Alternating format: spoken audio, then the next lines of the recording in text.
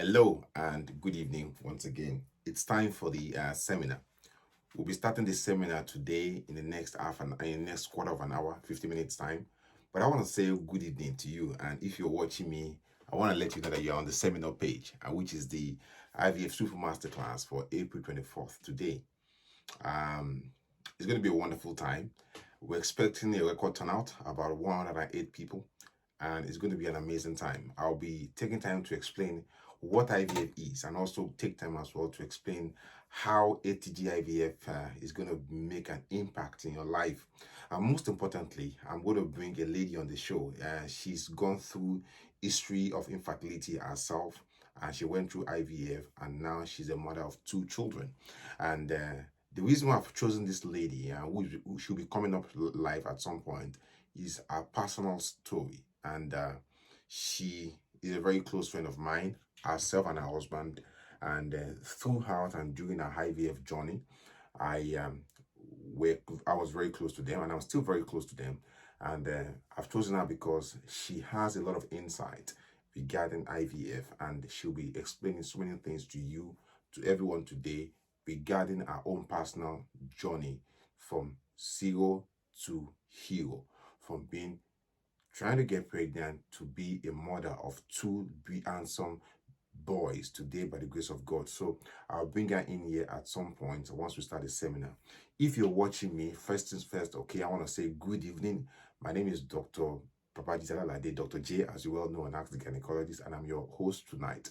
And most importantly, I want to say thank you so much for spending your time, your data, your energy to be here with me on this show. I have no doubt that by the end of today, by the end of the show today, you have every reason to be positive and every reason to march on along to your journey, to your success story. And by the grace of God, your story shall be rewritten by you, by the grace of God. If you're watching me, welcome once again. If you know people or friends that are already subscribed to be here, go and remind them that we're going to start soon, and then we're going to kick off shortly. I'm open. My audio is good. If you can hear me well, let me know. If my audio is not good, let me know. If my audio is very good, let me know. If my audio is not good, let me know so I can edit things and change things. Okay, that's one thing. To ensure you know this, we'll be starting the seminar at exactly 8 o'clock. I'm on here so that once people join in, they will know they're in the right spot and they will not panic. Okay, it's like when you open a seminar, like a live seminar, people walk in, they can see you talking, and they settle in. So it's for people to settle in to know that we're in the right spot. And once it's exactly 8 o'clock, we'll say a word of prayer, and then we'll start the seminar quickly tonight. During the seminar, you don't have to take notes. I already have the notes here, which I'll share with you, and I'll tell you how you're going to. I'll tell you, and I'll give specific instructions on how to get a note by the end of the seminar. I'll give you specific instruction on how to get a note of the seminar at the end, and I'll also tell you how you can get the video of the seminar as well sent to you after the seminar. So if you're here, don't forget that your phones need to be charged. Your phones, you need to be well charged. Put enough data in your phone so that there's no interruption during the discussion tonight. And number three, ensure you are in a right good spot in your house, that you're going to have the best reception, that your reception will be uninterrupted. And most importantly, ensure that you close all unused apps on your phone. If you leave apps on your phone that are not being used, they'll consume the phone memory, and they'll slow down the availability, and sometimes they might push you out. If for any reason your Facebook or your phone pushes you out of the program, don't panic. Just stay tuned. Come back, go back to your link we gave you or to this seminar page, and you see me talking live, and you can join me. We're not going to chase anybody out of this group today. So, but if for any reason Facebook chases you out or your phone apps closes, it's not from me. I'm not an IT guy. I'm just a normal guy like you. So don't panic at all. So before we start, we're going to wait for the next 10-20 minutes for people to join, and then we start. We're not starting yet. It's just for you to know that you're in the right spot. So you can still come back to me, to us here. I'll be waiting. I'll be getting settled in, and then we'll start the program at exactly 8 p.m. I want to say welcome you all, and thank you so much for spending time to be here with me, with us today. Thank you so much. Thank you so much. I'm just checking things here. Ensure that we are settled in. Okay, thank you. I can see Gloria and Kemolua, Chizoka Chukuma, Christina Aladumoyedo, Chukuma Ted Osuji. Thank you all. Thank you all for being here today. Okay.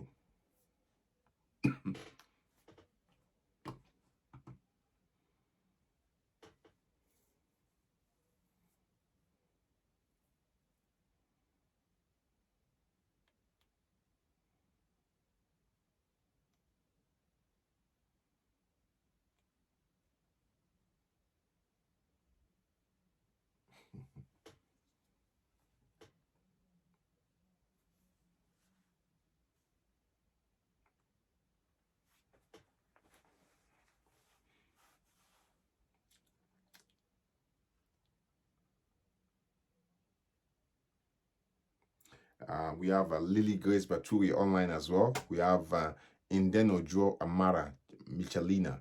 We have Abiola Olotu Oladimeji. Thank you. Welcome, Abiola. You're welcome today. Thank you so much. Tonight is going to be an amazing one. We have a guest speaker tonight. Her name is Damilola Fuja. She'll be talking about her personal experience while trying to get pregnant and a personal journey through IVF. She'll be talking about that today, and we'll bring her up on the show at the right time. So if you're just joining in, welcome. My name is Dr. J, as I asked the gynecologist, and tonight is going to be a wonderful one. Okay, thank you. So Queen Chioma, welcome once again, and thank you for being here. In Inoluwayimika Joke Akeredolu, thank you so much for being here as well. And Lily Grace, you're wonderful, you're amazing. Thank you guys for being here. I'm hoping my audio is good. If my audio is not good, let me know. If I have to improve anything with my audio, let me know. I'm going to change my settings, but I'm hoping my audio is good. I would have put up my blackboard behind me, but that is too late to start now. So we are here, and I'm so happy to be here. You don't know how happy I am and how massively overjoyed I am tonight to be your host on this amazing show. Dr. J is my name, Alalade, and my always joy, my decision, my joy in life is to see women's life transformed and to see people, men and women, for them to be able to make changes to their family and to get pregnant whenever they want to, if they want to. My joy is that women get pregnant whenever they want to get pregnant and if they want to get pregnant. And that's always my delight. That's always my delight, okay?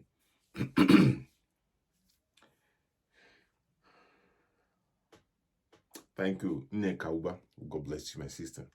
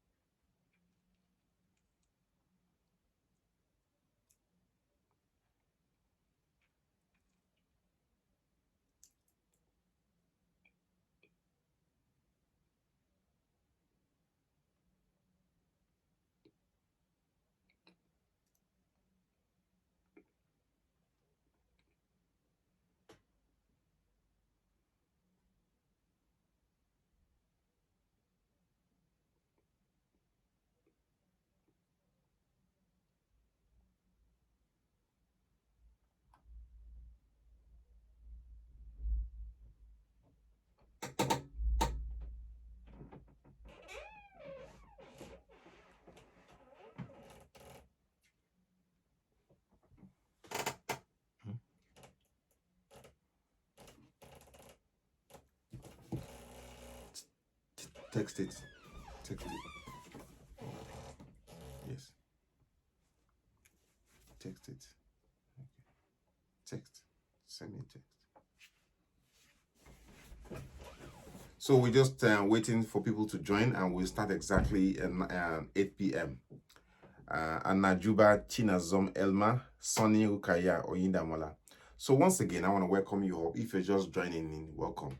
Tonight is going to be an amazing show. We have the IVF seminar, and then have a lady coming on, and she's a guest speaker. She'll be giving us a story about her IVF journey. So before she comes in, I'll talk about IVF and also how ATG IVF Center is going to bring and make a change in your life. And for you to be here today, definitely you're going to get a discount if you come to the ATG IVF Center once we commence action June, July this year. That's the first thing. And I'll also tell you how to get the seminar PDF. This talk on our seminar today, I'll put it up together as a PDF and a video, and I'll send it out to you before the end of the week. I'll give you specific instructions on how to get the seminar PDF, okay?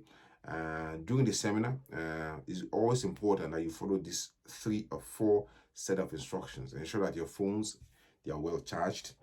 Ensure that you have a good reception. Ensure that you're in a place in your house where there's good reception. Ensure you have enough data in your phone. Ensure your phone is well charged. Have data to support your experience. Okay, so that you have no interruption. And most importantly, ensure that you close any unused apps in your phone so that your phone can have good power, good reception, and good experience as well. So do all this now. Okay, as you're coming in, I want to welcome you all to this program. We'll start in the next 6 minutes. Okay, we're just waiting for people to join, and then we'll start the discussion. And like I said again, by the grace of God, it's going to be an amazing one. So if you have any questions, hold on with your questions. Once we finish the discussion, I'll leave room for questions and answers time, and I'll answer your questions, and I'll go through things detailed so that there's no concern, and that you're very clear regarding what to do, what to do, what to do, what to do. I want to say welcome you all to this program. My name is Dr. Alalade, Dr. J at Ask the Gynecologist, okay? So as we coming in, we're settling in. If you have any friends that are supposed to be here, that you know they're supposed to be here, let them come and join.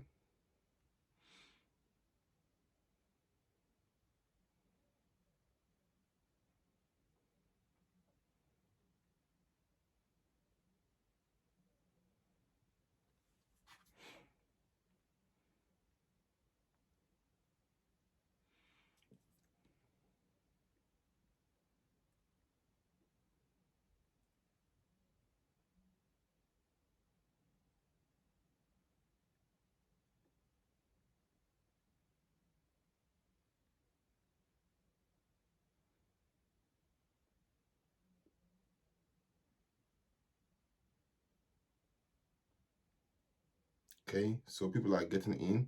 Sorry, I'm just answering people that are supposed to be in the seminar and they're asking questions. We always have this issue at any of our seminars. So I want to say welcome. Toluwanimi Mercy, thank you. Omashalawa Basira, thank you. And Chidima Orji, thank you so much. Obaya Friyes Asamoah, Etsosomi Musa Igbeka, thank you for joining in.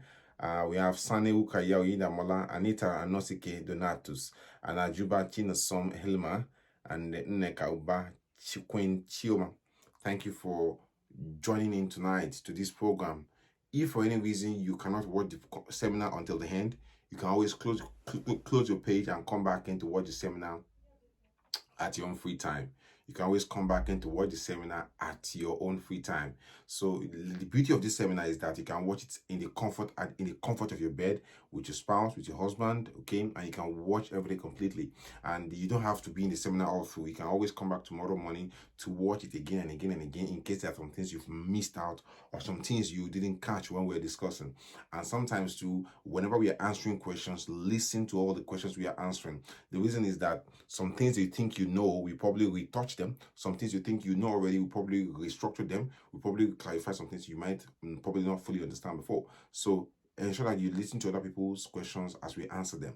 Precious Samson Ede, thank you so much for being here. Adeyanju, Adebiye, Alima, Adebusola, thank you guys. Moiri, Ayoba Mindele, Ayaba, she's here as well, and she's amazing.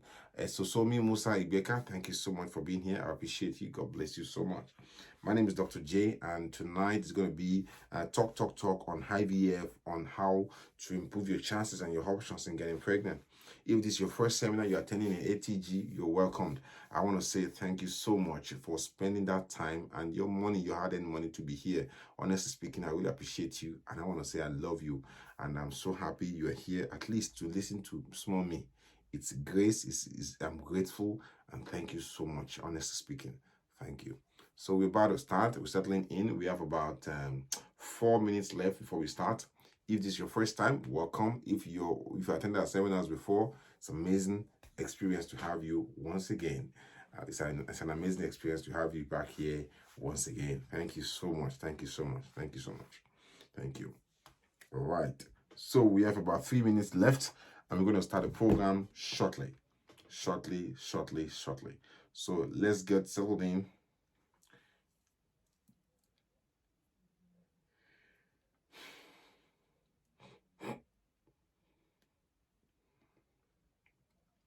Okay. Now, like I said again, if you have any questions, keep them together, and then we open the sessions for the question and answer time, and then we'll discuss and trash, and we'll answer every question, any question you have bothering you regarding IVF or things that you don't know about IVF that you want to be clarified. So get settled in. Thank you. Okay, tonight is the ATG IVF and Assisted Reproductive Summit, ATG IVF Seminar and the Assisted Reproductive Summit. We have about 2 minutes more, and then we'll start the word of prayer, and then it's going to be all green.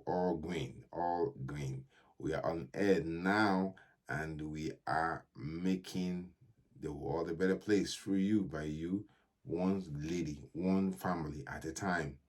All right. Now, we have about 2 minutes in. Once you are here, you can see me talking. You are in the seminar program. Once you are here, you can see me talking. You are in the seminar program. And I'm your host tonight, Dr. Babaji Dalalade, Dr. J. I'm your host tonight, and then we'll start the program shortly. All right. I'm ready. I'm just waiting for people to come up live. Today, we have about 108 people registered. We have 41 people live now. It's an amazing one, and it's a good number. So we start. And more people are joining in, which we expect. So we're going to pray now. 1 minute to go, and then we start. We start 8 p.m. on the dot. 8 p.m. on the dot. 8 p.m. on the dot. 8 p.m. on the dot. Good. Oh, it's good. If you can hear me well, please give me thumbs up. Let me check my audio that I'm audible. I think my speakers are on. My recorders are on. If you can hear me well, give me some thumbs up, please. I just need 3 or 4 or 5 thumbs up, and then we are good to go. So if you're in the group, you can hear me loud and clear, and there's no issue with my audio transmission, please give me thumbs up wherever you are. Let me know if you can hear me. Let me know if you can hear me loud and clear. Let me know if you can hear me loud and clear. Loud and clear. You're welcome. That's good. Let's go. So it's already 8 o'clock, and good evening once again to this our wonderful seminar, April 24th. I know this month is a shorter month compared to all other months, but nothing is short. With God, nothing is short. And since God is the chairman of this occasion, I want to say thank you. So let us pray. Almighty God, we thank you for this opportunity today to be alive and to share words with yourself, words of encouragement, stories that will turn lives positively. We pray that as we say these things tonight, let them come out, let them be you speaking to us directly and touch individual souls, individual lives, individual families, and turn the story around positively by the grace of God. We have no doubt, we have faith, we have no fear that the things we share today shall be words of encouragement, shall bring vitality, shall bring transformation, and shall bring grace, shall bring knowledge to wisdom, shall be wisdom into people's lives, and that will make their story different this year. This year will not pass them by, and people listening to me today, I have no doubt that anybody, as many as they have seeking the fruit of the womb from their heart today, their story will be answered, their story will be changed, their prayers will be answered. We pray, we ask in your name. Amen. So let us start. So we've done the prayer. If you're just joining in, I want to say welcome to you and good evening. My name is Dr. J. I'm your host here at Ask Gynecologist ATG IVF Seminar, April 24, 2021. Now, people always ask a question. What is IVF? Basically, it's in vitro fertilization. In vitro means that it's external. We are taking something from outside in. In vivo means inside alone. But in vitro is bringing something from outside in vitro fertilization. So we are bypassing the natural process to get you pregnant. You see, and we also have another terminology we use. We call it ART, Alpha Romeo Tango. ART, artificial reproductive technology. They are all the techniques, including IVF, ICSI, to get you pregnant. Okay, ICSI is ICSI, intracytoplasmic sperm injection. It's a different form of treatment to get people pregnant, especially if the man has a problem. And ICSI is really not under IVF, but ICSI is still under artificial reproductive technology. So people do mix up IVF or interchange it or use a similar for each other. Basically, IVF and ART, they all mean the same thing. And what does IVF do? IVF is a technology, obviously, which helps people that are not able to get pregnant naturally conceive. If you have issues, challenges getting pregnant, IVF is one way we bypass the natural process to get you pregnant. Yes, to get you pregnant. And it involves basically we using medications, basically, which are hormones, okay, which helps to stimulate your ovaries to produce eggs. So we give you some injections, which are basically hormones. They help to stimulate your ovaries to produce eggs. And they will now collect these eggs and mix them with sperm in the laboratory, okay? And then what we do is that we now transfer the fertilized egg back into your womb, okay? And then it implants, okay? There's a way we stimulate your eggs, obviously, to now go and retrieve the eggs, harvest them.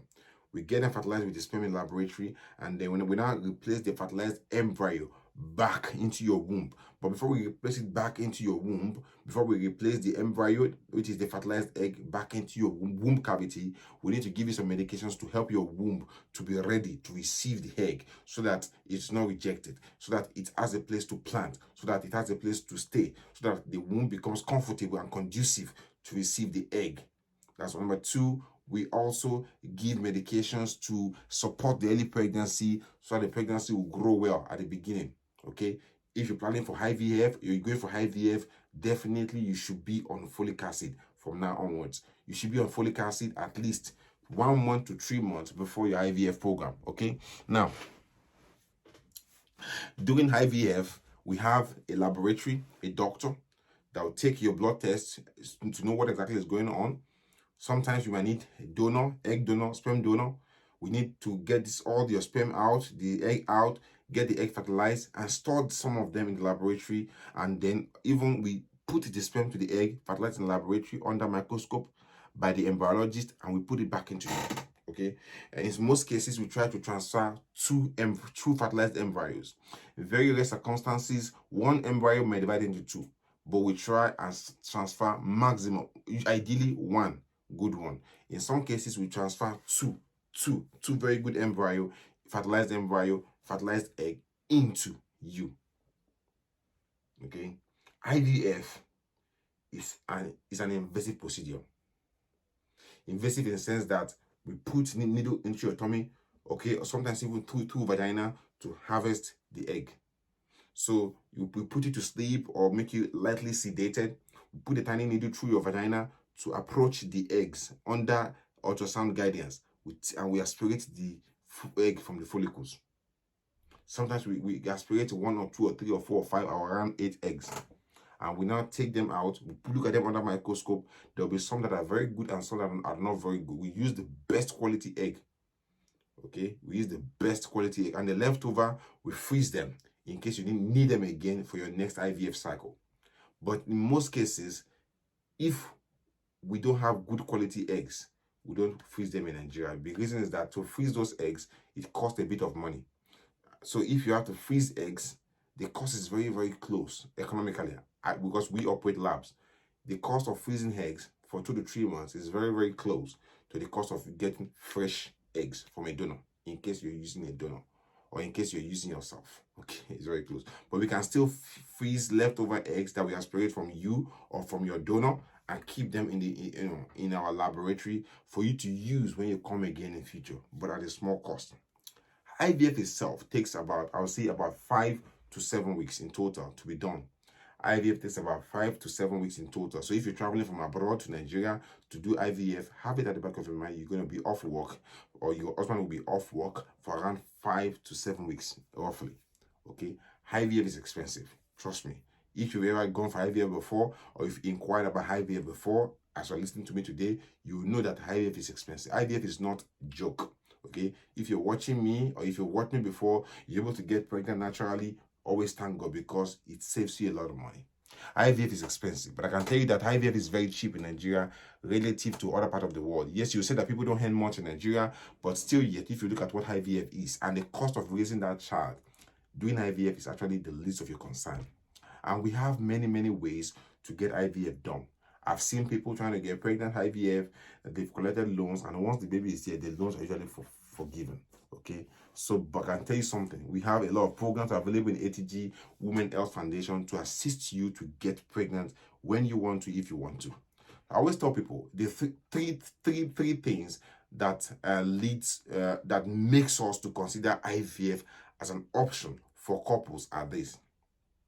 First of all, if you are under 35, okay, and you've been married, okay, and you're having regular unprotected vaginal intercourse. Now mark my word, I say regular unprotected vaginal sexual intercourse. We hope you get pregnant within the first month of marriage, within the first year of marriage. And if you don't achieve pregnancy in the first year of marriage, then we try the second year. 80% of couples trying to get pregnant in the first year of marriage, less than 35 years old, achieve pregnancy, 80%. So if that 1 year it hasn't happened, try for another 1 year. And if at the end of that second year you haven't gotten pregnant, because we know that 90% of people trying to get pregnant after having regular unprotected intercourse for 2 years non-stop, if they don't get pregnant after the end of the second year, we'll start doing tests. That is if they're under 35. Because at the end of the second year, 90% of couples trying to get pregnant will get pregnant on their own by having regular vaginal sexual intercourse, unprotected sexual intercourse. 90% of families, couples try to get pregnant for 2 years, will get pregnant at the end of the second year. If you're under 35. Now, if you're over 35, if you're over 40, and you've been trying to get pregnant after a year of regular intercourse, no pregnancy, start doing infertility investigation. If you're over 35, over 40, you've been trying to get pregnant, and you're having regular unprotected vaginal sexual intercourse for 12 months non-stop, and nothing's happening, then start to go and start getting tests done to check for why you're not able to get pregnant. And most importantly, when I say regular unprotected vaginal sexual intercourse, I chose this statement for a reason. Regular unprotected sexual vaginal intercourse is the sex must not be anal, it's not by oral sex, it's vaginal sexual intercourse. Vaginal sex unprotected. That's number one. Number two, this, when I say sex regular, there's a reason why I've chosen that word regular. Regular sex means that you're having sex all the time, every 2 to 3 days. That you're not waiting for ovulation before you go for sex. Most people waiting for only ovulation day to have sex will only get pregnant 40%, 4 out of 10 times. So that means your chances are limited when you focus on ovulation alone. However, if you try to get pregnant, if you focus on getting pregnant, as I'm saying, regular intercourse every 2 to 3 times a week, okay, your chances of pregnancy moves dramatically from 40 close to 90%. By having regular intercourse every other day, it moves you from 40% to 90%. Regular intercourse every other day, at least every 2 to 3 days, whether you are ovulating or not. The only time, I say all the time, not to have sex for the purpose of pregnancy alone, the only time you're allowed not to have sex is during your period. Now, like I said again, some people do like to have sex during their period. It's their problem. There's nothing wrong with that. There's nothing wrong with having sex during your period. But that purpose of sex is not to get pregnant. It's for your own pleasure. Okay? Now, 3 things could be the major reasons why you're not able to get pregnant. 3 things. 3 major reasons why people are not able to get pregnant. Now I can see people are just joining in. Welcome everybody. If you have missed your name, you're welcome. I love you all. Now let's continue. 3 reasons why people are not able to get pregnant. 3 reasons. Okay. Number one, the tubes are blocked. So there's no passageway. One second. I'm just trying to approve people watching me here. So there's no passageway for eggs to move from the ovary. This is the ovary here. See this white bit here? Okay, that is the ovary. If this tube is blocked, okay, there's no way the egg that is released here can enter into the tube and travel all the way down into your tube, into your womb. So if the tubes are blocked, left and right, maybe you've had an infection before, PID infection, you've had ectopic pregnancy before, or you've had sepsis and infection in your tummy, maybe from a previous operation or previous appendix operation, there was infection in your tummy and the infection has spread to your tube, okay, and it's blocked the tubes, it's damaged the tubes, and the tubes cannot allow eggs to go through. Damaged tubes. Another reason why people have infertility is ovulation failure. They're not ovulating anymore for reasons we don't know. Once people pass age 35, 36, 37, age 40, ability to ovulate spontaneously starts to drop. Yes, people still get pregnant at such over 40 years age, yes, but the rate of pregnancy compared to people over 40 and people under 35 is totally different. So if you're over 40 and you're not able to get pregnant, or you're just trying to get pregnant and nothing's happening, there's a risk that your ovaries are not working optimally. So number one cause of infertility, blocked tubes. Number two cause of infertility, you're not ovulating. And number three cause of infertility, okay, is that the sperm is not adequate. The sperm is not normal. I've chosen these 3 things for specific reasons. They will guide in the way we do our investigation for infertility. For infertility investigations, to know if your tubes are blocked or open, we do laparoscopy, we do hysterosalpingogram, HSG. I did a video about 3 or 4 days ago about HSG, and I explained to us what HSG is and how it is done and the purpose of it. If you have blocked tubes, HSG, not ATG, HSG is not to unblock your tubes. HSG is to discover if your tubes are open or if they are closed.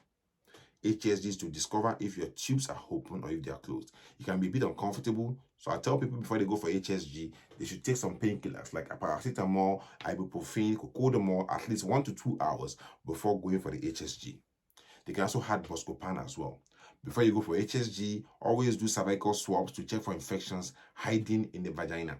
You don't want to push infections that are hiding there into your womb cavity. HSG involves pushing a dye from vagina into your womb cavity, and if there's no blockage in the tubes on the left, blockage in the tubes on the right, the dye will go through all the way. It will go through all the way through your tubes, and it will spill into your tummy on the left and on the right. And we take pictures of X-ray of that, and we can see the dye flowing out of your tubes. Another test we can do to check if tubes are open or blocked is the laparoscopy and dye test. That is more of a big operation. We put it to sleep. We put a camera through your belly button to look for any damages, to look for any blockage in your tubes by observing your tubes after pushing in a blue dye. And if the tubes are not blocked, you see the blue dye flow out of your tubes while we're looking at your tummy inside. So that's for HSG. To know if you're still, number 2 is ovulation failure. To know if you're ovulating, we check whether you're having regular period. If you're having regular period, your period is bang on the ball, you're likely to be ovulating almost 80 to 90% of the time, even 95%. If you have a regular period, the chances of you ovulating is almost 95%. How do we know if you're ovulating? We do simple tests which includes LH hormone, which is your luteinizing hormone, your FSH hormone, your prolactin, testosterone, and even your AMH to know your quality of egg reserve. LH, FSH, AMH, prolactin, and also for us to know whether you're ovulating or whether there's no problem at all with your ovarian reserve. Ovarian reserve, the amount of eggs you have left, can be determined by your anti-Mullerian hormone, AMH, anti-Mullerian hormone. Now, we've done that. It's also important and expedient that men also go for sperm analysis. So we check your sperm count as a guy. Are you having adequate sperm? People wonder, doctor, after sex, I get up, sperm pour out of my vagina. It's a normal thing. Sperm is designed to fall out of vagina if you get up by the law of gravity. Gravity is a law of God. It's normal. You get up from the bed after sex, the sperm will pour out. But the one thing you must know that is if the sperm is of good quality, the womb has a way of sucking The womb is like a balloon. It sucks hair in. It sucks. After sex, you have some cramps. It's your womb contracting, trying to suck in the sperm, and the sperm that is good quality will flow in. I tell people all the time, your semen is like a bus. The bus drives the passenger to the bus stop, and people come out of the bus. Your semen is the fluid that you see when your husband pours into you. It's normal. Inside that semen are the sperm which you can see. So the sperm will swim automatically, enter into your cervix, into your womb cavity to get you pregnant. Somebody will say, just because the sperm is pouring out of my husband, does it mean that my cervix is blocked? No. For cervix to be blocked, what we call cervical stenosis is very, very rare. It's rare. It's rare. The possible causes of cervical stenosis or cervical blockage is if you had a treatment on your cervix before for maybe abnormal cells, like cervical cells that are abnormal, and we've taken a chunk of your cervix away. That can heal and cause scarring tissue in your cervix and block sperm from coming in. It's very rare. If it's there, we can see, we try to dilate it and open it. But I've seen a lot of people that had treatment on their cervix and they are pregnant today naturally. So doing treatment on your cervix is not an obvious reason for blockage of your cervix. But if it's there, we treat it. But having treatment on your cervix increases the risk of your cervix being blocked. Number two, you've had an infection before, chlamydia, gonorrhea. This is risk damaging and blocking the cervix. Number three, you've had D&C that was not done properly. They can damage your cervix too. Or probably you've had an operation, maybe or endometriosis, stuff like that. They can also damage the cervix on very rare occasion. But if we see that your cervix is blocked, we can dilate your cervix and allow sperm to go in. But it's a very, very rarity for there to be blockage in your cervix, even if you had treatment on your cervix before, just to clarify. Now, let us proceed. Before you go for your HSG, always do endocervical swabs and all these vaginal swabs to check for infection, that there's no infection hiding in your vagina that may creep into your tummy and to your womb to cause PID. We have to do swabs for checking whether you have any infection before the HSG. And if there's any infection, we give you treatment to treat you, and so that we don't cause a PID from the HSG. Okay, is everybody still following me? And is my audio still good?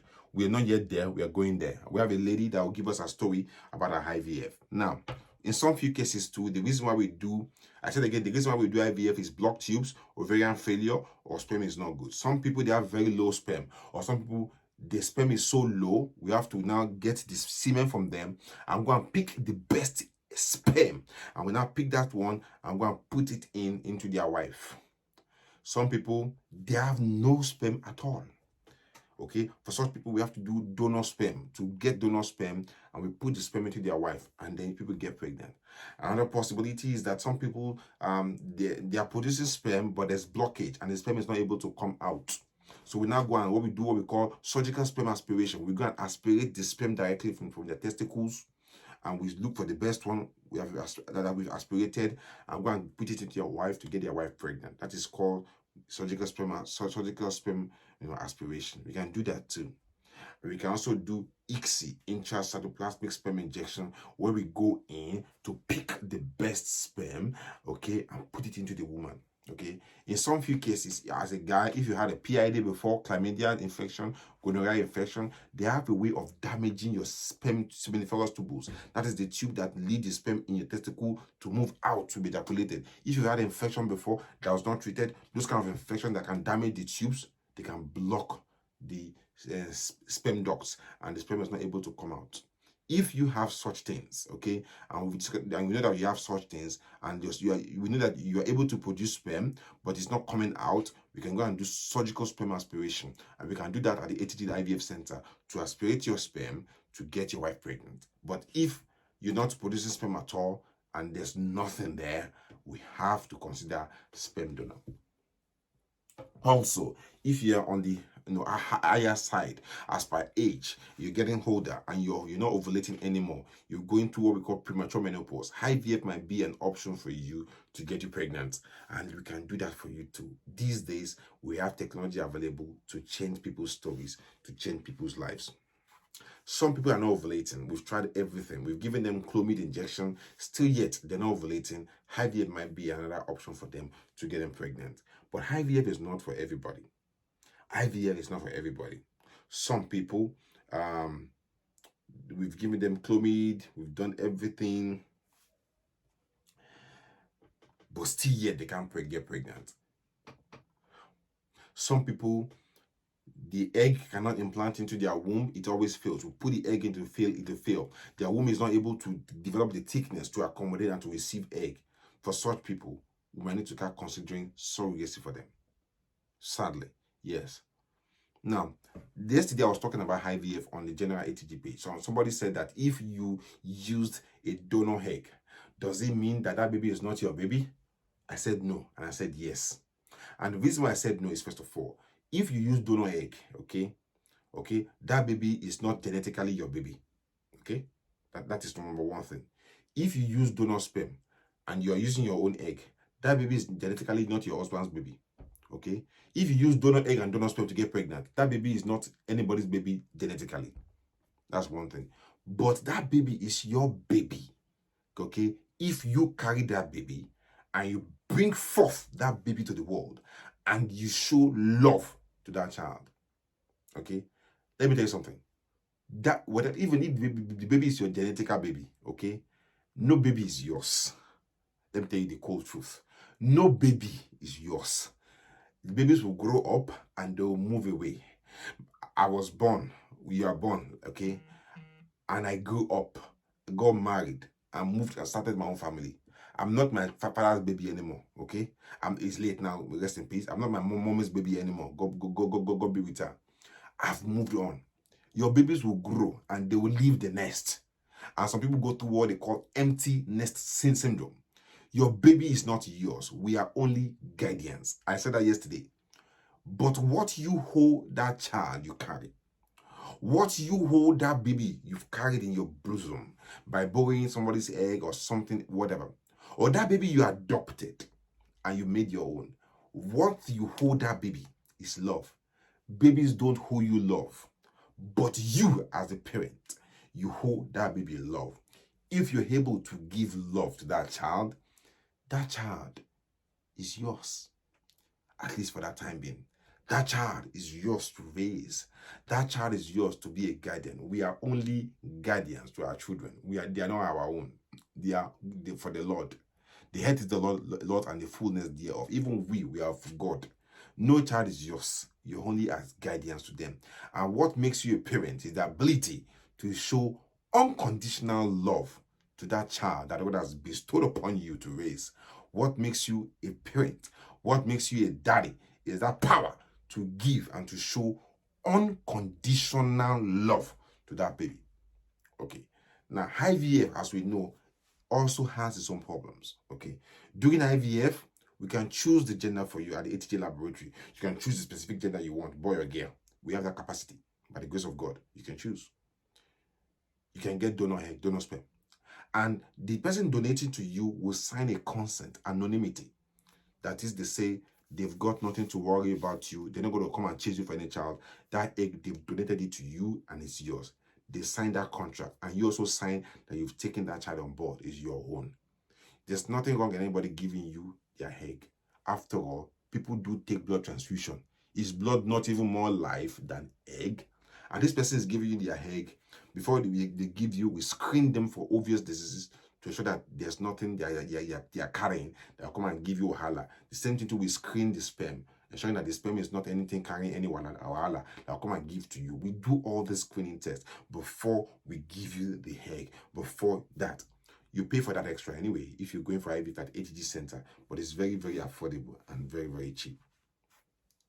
One of the risks about IVF is that sometimes when we're starting to stimulate your ovaries to produce egg, to make your ovaries produce egg, there can be overstimulation because it's not a natural thing. We try to force something artificial. There can be overstimulation, and when the ovaries are overstimulated, they can knock out the kidneys. So during the stimulation, we give you a very low dose in medication to stimulate your ovary, but we keep monitoring, doing what we call follicular tracking scan to see and to notify ourselves if there's any adverse reaction that your ovaries is doing too much work that is not supposed to do. Another risk of IVF is that you can have multiple pregnancy, 2, 3, 4. Okay, you've seen people going for IVF, they come with 3, 4, 5 babies. Those things can take a toll on the body. Carrying one baby enough is stress on its own part. Now imagine people carrying 2, 3, 4, 5. It's massive stress, especially if that person is is more advanced in the age. for the mother. It can be extra energy and extra stress. Okay. But in most cases, because we know that people that are above 45, they'll probably be carrying only that child, that IVF, and they will not want to try again. Sometimes we put in one or two so that they can maximize their chances of getting and raising their own children. So some cases in the ATG IVF center, we transfer up to 1 to 2 so that we maximize your chances of pregnancy. I will explain all these other things as per the cost at the ATG IVF center after the guest presenter has come in. Now, IVF can fail, and sometimes we don't have the exact reasons why they fail, and it can be so annoying to us, and even much annoying to you and to your husband and to your couple, that we cannot find out any particular reason why IVF failed or why the IVF failed after they spent close to 1.2, 1.3 or some extra thousands, and still yet the IVF failed. In some cases, it's because there was an infection at the time of transfer in the womb, in the vagina. That is why if we examine you before the transfer, we want to see that there's no cervical mucus in your cervix. If it's there, we clean it up, because those mucus can also degrade or damage the egg that is going in. We want to clean everything there. That's number one. Number two, we want to ensure that there's no fluid in your in your womb. There's no what we call fluid in your womb cavity, in your endometrial layer. Okay, we want to make sure there's no fluid there. This kind of fluid can affect transfer, can affect implantation. Number three, before we do transfer, okay, we measure the thickness of your womb, ensuring that it's at least 8 millimeter or more. Some say 7, but if it's at least 12 millimeter, it's reassuring that if we transfer the egg at that point, the implantation is not going to fail. Like I said again, you should be on folic acid before you get IVF, at least 1 to 3 months. You should be taking aspirin, 150 milligrams of aspirin regularly. Aspirin helps to reduce the risk of implantation failure. Also, you should be on cyclogest as well, which can be given to you as a pessary, which will just stand. You can put the cyclogest pessary in your vagina. They help to thicken the implant, to reduce the implantation risks. So before we put in the fertilized egg, we clean your cervix, ensure that there's no infection there. And if there's an infection or offensive discharge, we first of all treat the infection before we put we transfer the egg inside. We ensure that there's no fluid in your womb layer, that can infect or can affect the success of the egg being transferred. We also want to ensure that there's no polyps or fibroid in your womb cavity. If there's any fibroid in your womb cavity, we want to resect them if it's resectable, or take out any polyp in your womb cavity before we transfer the egg. That's why you must have your ultrasound scan prior to your egg transfer. Okay, now how do we do IVF? IVF, like I said again, IVF takes about I'll say 5 to 7 weeks. Okay, so if you're traveling to Nigeria or to Lagos to get the IVF done, budget in your mind that you'll be doing the IVF around 5 to 7 weeks. Okay, now what does IVF involve? Is basically three things. Number one, we take over your regular cycle and make it artificial. We regulate your cycle. Number two, we give you medications to stimulate your ovaries. Okay, and then we do follicular tracking to ensure that you're ovulating. Number two, then we go and once you know you're ovulating, we go and retrieve the eggs from your ovaries. Okay, as the embryo, whether from you or from the donor. Okay, very easy to get sperm. Sperm can be produced by your husband or the donor at any time. You take the sperm, fertilize it with your embryo. It's fertilized. We watch the embryo in the lab for 2 to 5 days. We see the ones that are developing well. So we fertilize about 3 or 4 or 5 embryos. We now look for the ones that are doing well in the lab, that are developing well, of good quality. We now take one or two of them and implant back into you, and then you get pregnant. 2 weeks, 3 weeks down the line, we do test of pregnancy. It's positive. Case closed. All good. Everybody rejoices. Successful IVF. It's as simple as that. But there's more detail to that. But it's as simple as that. Now, we give you so when you go for IVF, first of all, we give you contraceptive pills. Okay, they are to reprogram, to reschedule, to realign your menstrual cycle. That is the first step we do. Okay, all right. Then we give you some medications to stimulate your ovaries, to produce eggs. We have two protocols we do. We have the long protocol and the antagonist protocol. Don't worry about that. Basically, what it means is that we have two separate medications we use, the long protocol and the antagonist protocols to stimulate your ovaries. Once you're producing eggs, we do follicular tracking to monitor the stimulation, ensuring you're not overproducing.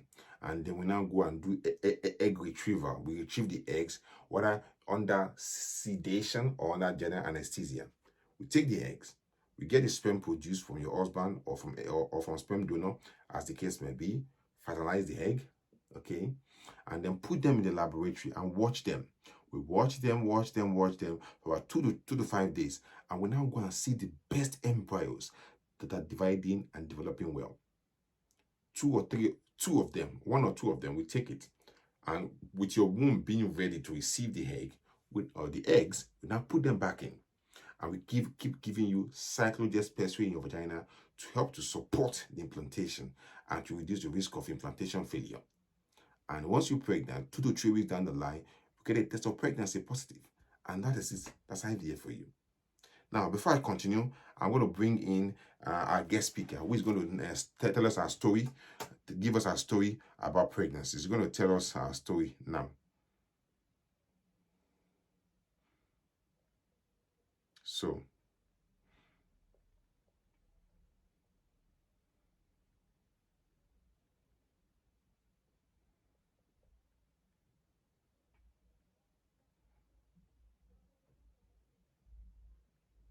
So let's have our guest speaker. She's going to come up live now, and I'll have her, and she'll be joining the program. So let's see. So she's ready. She's on standby. So Dami, I'm going to add you to the program. You can send me a request to join live now, and I can add you to the program. Thank you. Thank you. Just if you're watching us, send us a request to join the program, so I can add you to the program. All right, good. So I'm just going to add our guest speaker. Her name is Damilola Fuja. She's going to give us an experience about IVF. Okay, let me look for her. So, okay, so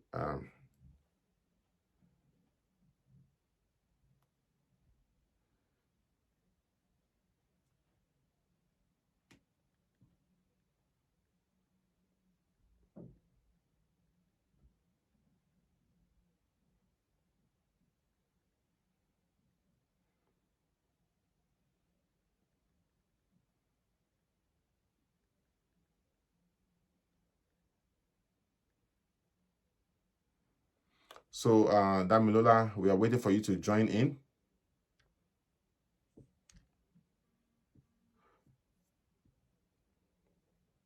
Yes, so Dami is here. So how will I have Dami? So Dami, I sent you a request to join live. So just to accept the request.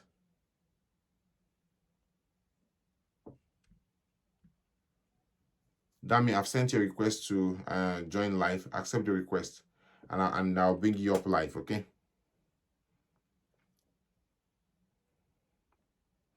So I've sent you a request to join us live. Okay.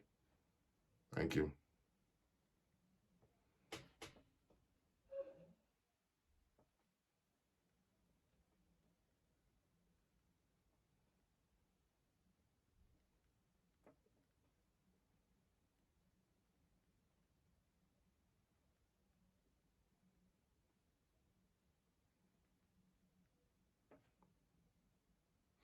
So Dami, join us live. I've sent you a request. They just join. Accept the request, and join live. Okay.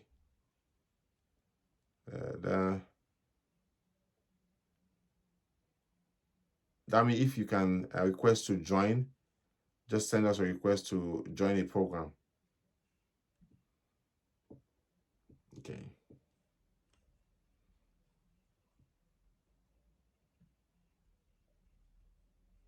Right.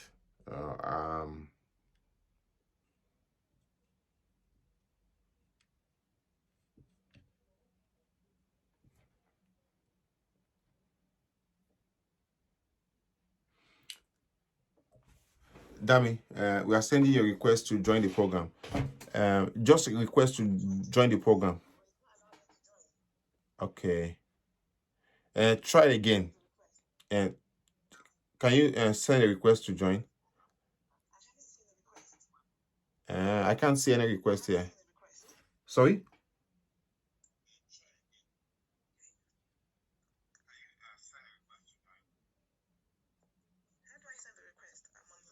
Uh, on your phone, you see some icons. It will. Da, da, da, da, da. Okay. Uh, uh, Try and join from your phone. It will be easier on your phone. Uh, Once you join on the phone, you see some icons below on your screen while watching me that says you can join, and you request I will add you. Okay. Okay. So I'm just hold on, guys. Please don't panic. I'm just trying to bring up our guest presenter to join us on the on air. So she will tell us our story, and I'm very very optimistic that you learn a lot from our story. Okay, I can see your request now. That's you. So Dami is coming up live now. Good.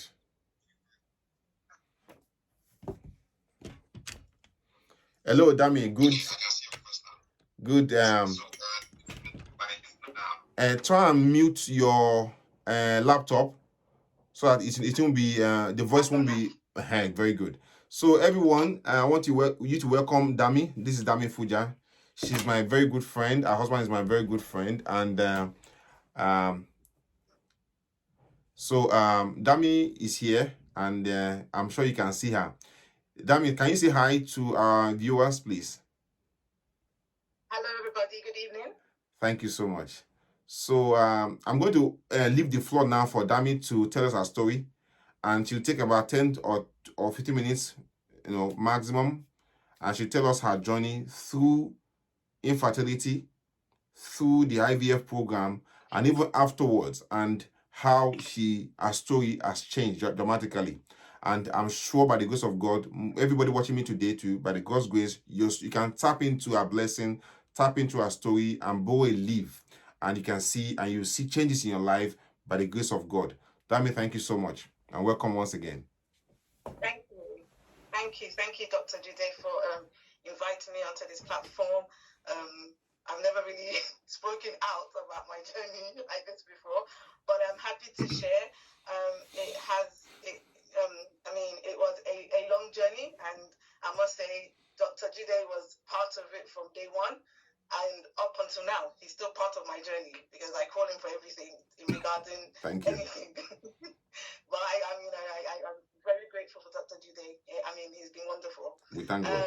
I would say my journey from beginning, I would start.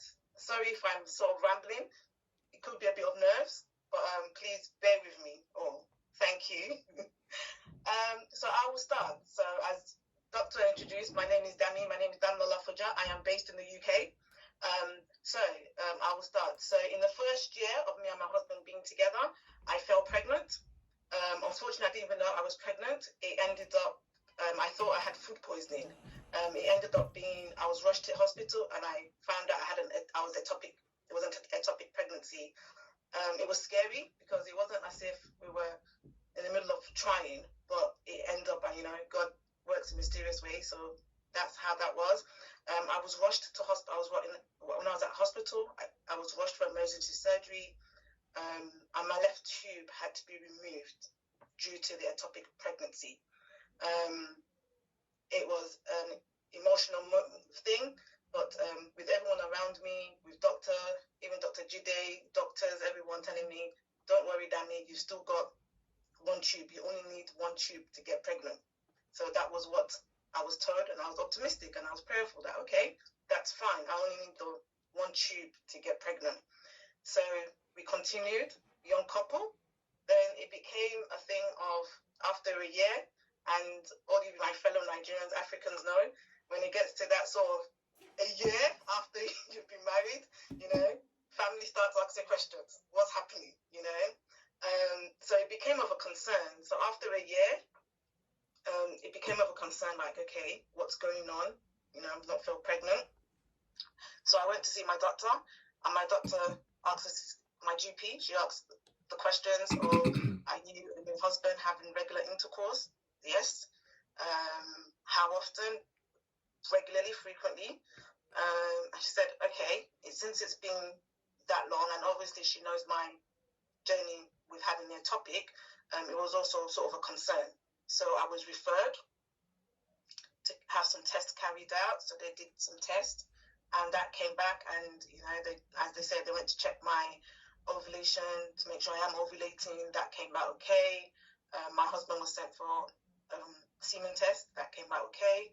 And then she now said, okay, because over in the UK, it won't be your GP that will be doing it. She referred me to a fertility unit where I was under their care. So I was referred to the fertility unit. We went through the various tests, and I was spoken to by the doctor, and they said, okay, based on all the tests, I am ovulating. My husband's semen is fine. They don't seem to understand why at that moment. So the next thing was, okay, we're going to recommend you for IVF. So that's how my IVF journey started. At that time, which was, what I'm talking about was over 9 years ago. This is about 10, 11 years ago. 10 years ago. I remember. Thank you, Doctor. Yeah, 2009, 10. 2008, 9, 10, yeah. This is about 10, 11 years ago. So back then, I would say IVF wasn't as popular, as well known as it is now. Back then, I didn't know much about IVF myself. I was quite a novice to it. So when I heard the word IVF, I was like, oh my God, that's the end of the world. Like, what are they trying to say? That I cannot conceive naturally? I had so much thoughts going through my mind. Like, okay, what's going on? Is it me? They said my husband is fine. His semen is fine. So that means it must be me. I went through sort of an emotional whirlwind roller coaster in that moment. But I started. I said, okay, I want this. I want to have children. That was, to me, that was my goal. I want kids. I want children. So we started on a journey of IVF. They explained to me what the procedure would be in terms of taking the injections. I had to learn to inject myself, which was a scary part. Learning to someone that doesn't like needles. I don't like needles, but it was about learning to inject myself daily, which I'm not going to lie to anybody on here. It is an emotional roller coaster. I'm not going to come on here and tell you, oh, it's that journey is it's better. No, it's not. It's an emotional roller coaster, because you are putting hormones in, and it does affect you, and it is an emotional roller coaster. But what I will say is, it's not only you as a woman that's in it. It's you and your partner. I think it's something I learned later on in my journey, was that I wasn't in it alone. I thought it was only me against the world, but then I realized that I was pushing my husband away from him being on this journey with me. So it's part both of us. So as I said, I started off. So I started on taking my injections. I started having scans, going to the doctor. They were monitoring me regularly to make sure that I was stimulating and everything. So and then they gave me a date for me to come in for the egg retrieval. And when I went in that day, and I was under general anesthetic, I woke up and the doctor said, oh, Damilola, it was quite a poor number at that time during egg retrieval. I think it was only 5 eggs. Yes, yeah. Yeah, it was quite a low number. So it was only 5, and for them it was quite a low number. So they had to go through the whole fertilization process of those 5 eggs, and to be able to determine which of the embryos was well developed. Out of that 5, only 2 were developed, and they weren't of, I would say at that moment, when the doctor explained it to me, it wasn't of good quality. And me, as somebody who always needs reassurance, the next person I called was Dr. Judy. This is what they said to me. Please explain to me what they mean. And Dr. Judy is somebody who is very straight and honest with me, and he will tell me this is what they mean. That means it's, you know, it means the eggs were not of, they're okay quality, but they're not A-star quality. So we just need to pray and pray for the best, and that was it. So we did that, and then it was, you know, so they put the 2 embryos back, and it was prayer. I was praying for it to be successful. I was praying that on the day 7, when I do my pregnancy test, it's going to come back positive. And I was praying that before then I do not see a period or anything like that. It was just a lot of prayer, and it's emotional high. I was excited. I think, you know, at the clinic they give you a pregnancy test. I went to buy my own. I went to like buy 5 or 6 packs, just just in case that one didn't work. So came to the day of the date, because they do give you a date when you take the pregnancy test. So that date felt like it was 10 years away, because I was every day I was like, oh, come on, that date hasn't come by so soon. So on that day, that morning, I took the pregnancy test. It came back negative. I thought, no, this devil's a liar. This pregnancy test it's fake. I took my own pregnancy test. I went to the shop to buy the most expensive pregnancy test on the market. I was not prepared to buy any cheap when I bought those ones, and I kept using them, and it all came back negative. I'm like, no, this devil's a liar. So, and that day the clinic called me and said, oh, you need to come in. The nurse on the phone was quite lovely. She said, I remember that day, she said, oh, sometimes you do get false negatives. So you come in and you do a blood test. So I went in, I said, okay, the devil is a liar. I'm going to go in, and I did the blood test, and that same day they called me and said, unfortunately, it wasn't successful. And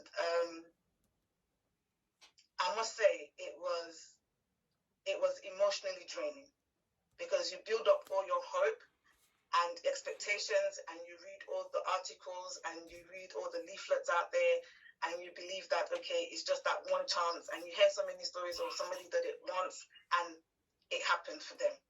Unfortunately for me, it didn't. And it was emotional for only not myself or my husband. It was emotional for him as well, because he was there every night watching me inject myself. It was a journey of how sometimes I would do it and I'll be tired, or the place that I injected myself would be sore. So he saw me going through that journey as well.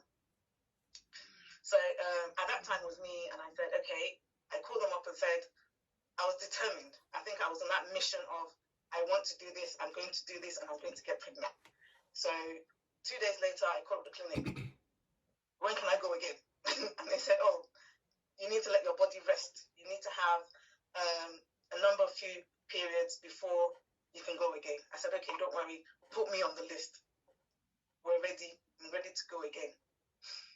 So the time came. I think we waited about 3 months. Then we went again. This time around, the doctor decided to change my course of medication, because obviously the first time around, the egg retrieval was quite low. So this time around, they decided to change the medication. They decided to increase it. So this time around, I kept getting scans on regular, just to make sure that the new course of medication was doing what they needed it to do, which it was. And the day it came to egg retrieval, I woke up and I felt somehow, and the first thing when I came round, the doctor said to me, oh wow, Damilola, you broke our hospital record. I said, what do you mean my hospital record? Like, you can remember this. They said, oh, you broke our hospital record with number of egg retrievals. I had over nearly 40, and they had to stop my cycle because I was overstimulated. Yeah. Doc will probably have to explain further what that means, but it means that I was overstimulated in a way whereby when I woke up, you had A plus, A star. Exactly. I was an A+ student. I was overly stimulated. The drugs was over, did what they were hoping day. And for that second cycle had to be stopped because I needed to be treated for the overstimulation. I remember that time. As you can see, I see it was talking as being part of my journey from day one. It's being part. You remember things I don't remember myself as well. I looked like as if I was pregnant, so they needed to treat that. So for that, and the eggs were frozen, so it now became frozen. So all these eggs were frozen, all these beautiful eggs, and then I was like, I wasn't even thinking about being overstimulated and in pain. I was thinking, oh, I have these number of eggs. This one definitely. Out of this, I must have an A-star bunch of eggs. That's what my mind was thinking. I must have A-star.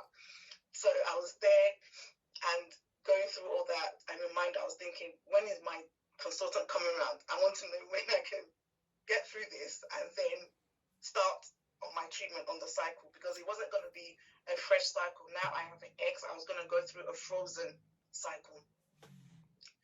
And a frozen cycle is meaning that whereby this time around there won't be no egg retrieval because I have my eggs already. They've just frozen them. So I had to wait. I think this time I had to wait about 3 to 4 months for my body to heal for the overstimulation and for me to be getting ready for the frozen cycle. So they did that with that. So I was ready to go through the frozen cycle. So they've done the embryos, so they were now looking to thaw them. So they need to.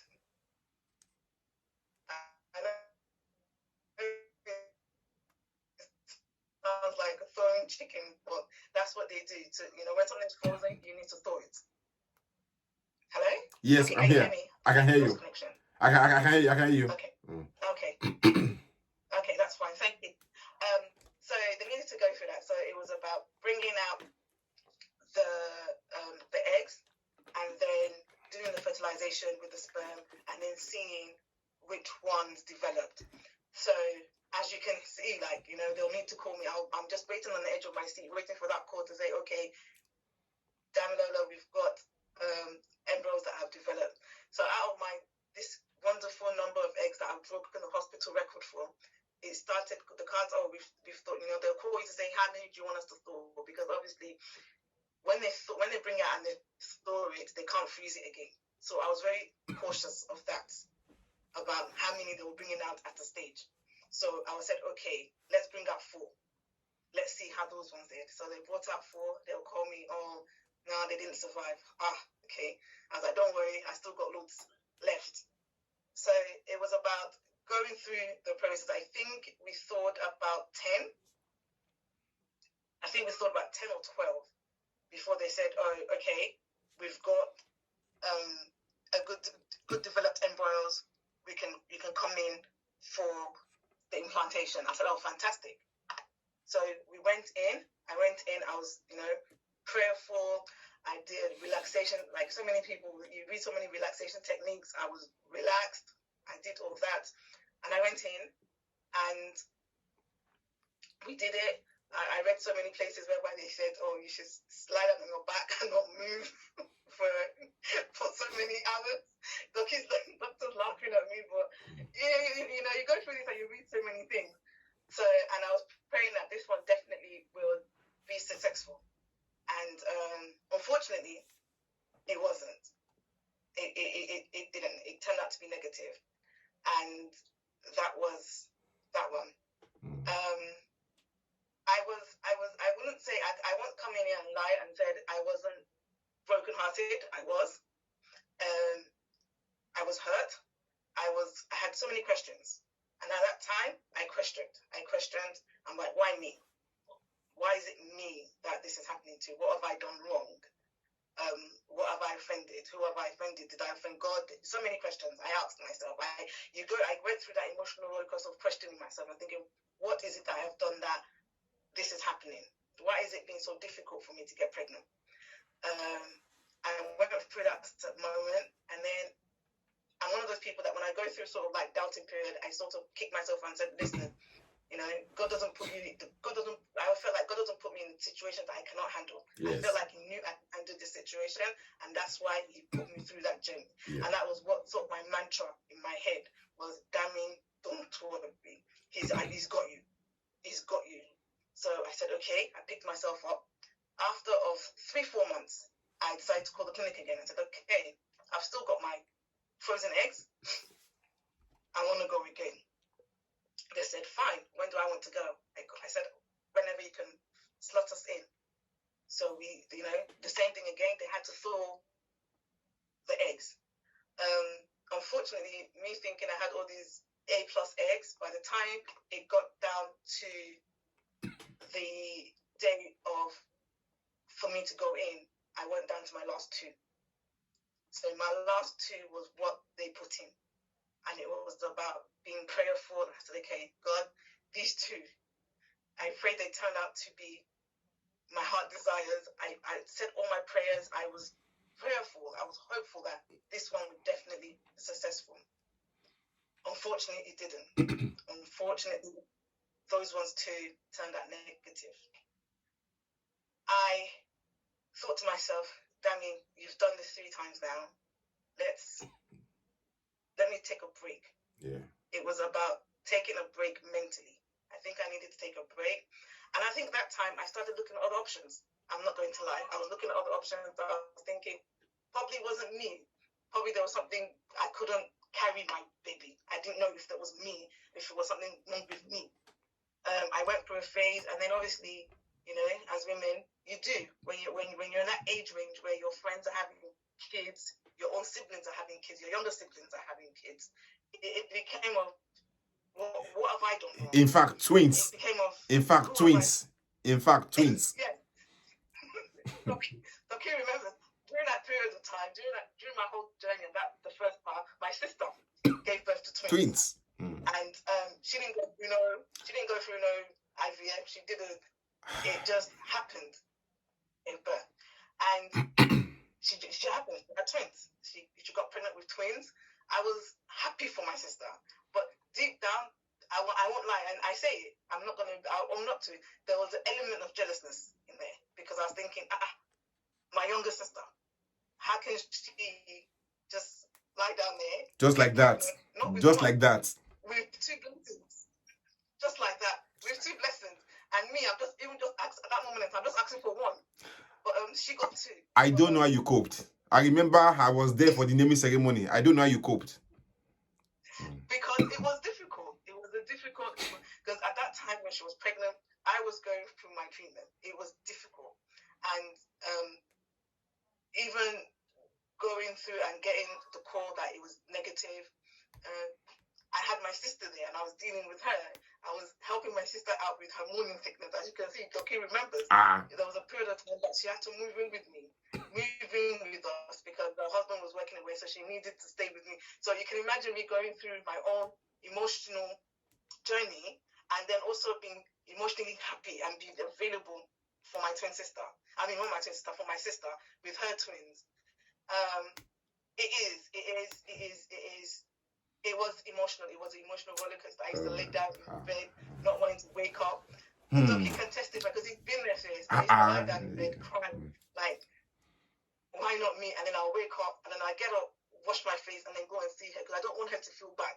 I didn't want my sister to feel bad about her being pregnant and her being in my presence because it's not her fault. But I started looking at other options. I even started looking at surrogacy. Yes, I remember. We had a conversation with Doki that probably that's a route. I started looking at surrogacy. Because I was just thinking, we've done it 3 times. What's going on? I think after that time, I think we took a year out because I think emotionally I was not there yet. I was not ready to go through the heartbreak, the highs, the lows. I was not ready for that. So we took a year out and then we started again. Then we went again. And this, the 4th time, too, came out unsuccessful. it was unsuccessful, and I think that broke me even more. I started even looking at trying abroad. I think Doc, you remember I was looking at. You're telling me I'm there now. Continue. we started looking. I started even researching, probably going to South Africa. I started even looking to go to Nigeria. Yes, you went to Nigeria.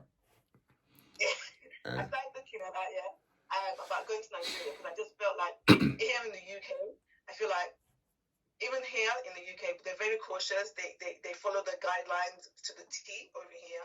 Sometimes I feel like in Nigeria they sort of experiment more. I don't know what I'm quite cautious. I'm quite careful of the word I want to use, but I just feel like you know. So I felt okay. Let me even go to Nigeria. So there was a time I went to Nigeria for a few. I was there out there for a few months to see if Nigeria if it could work in Nigeria.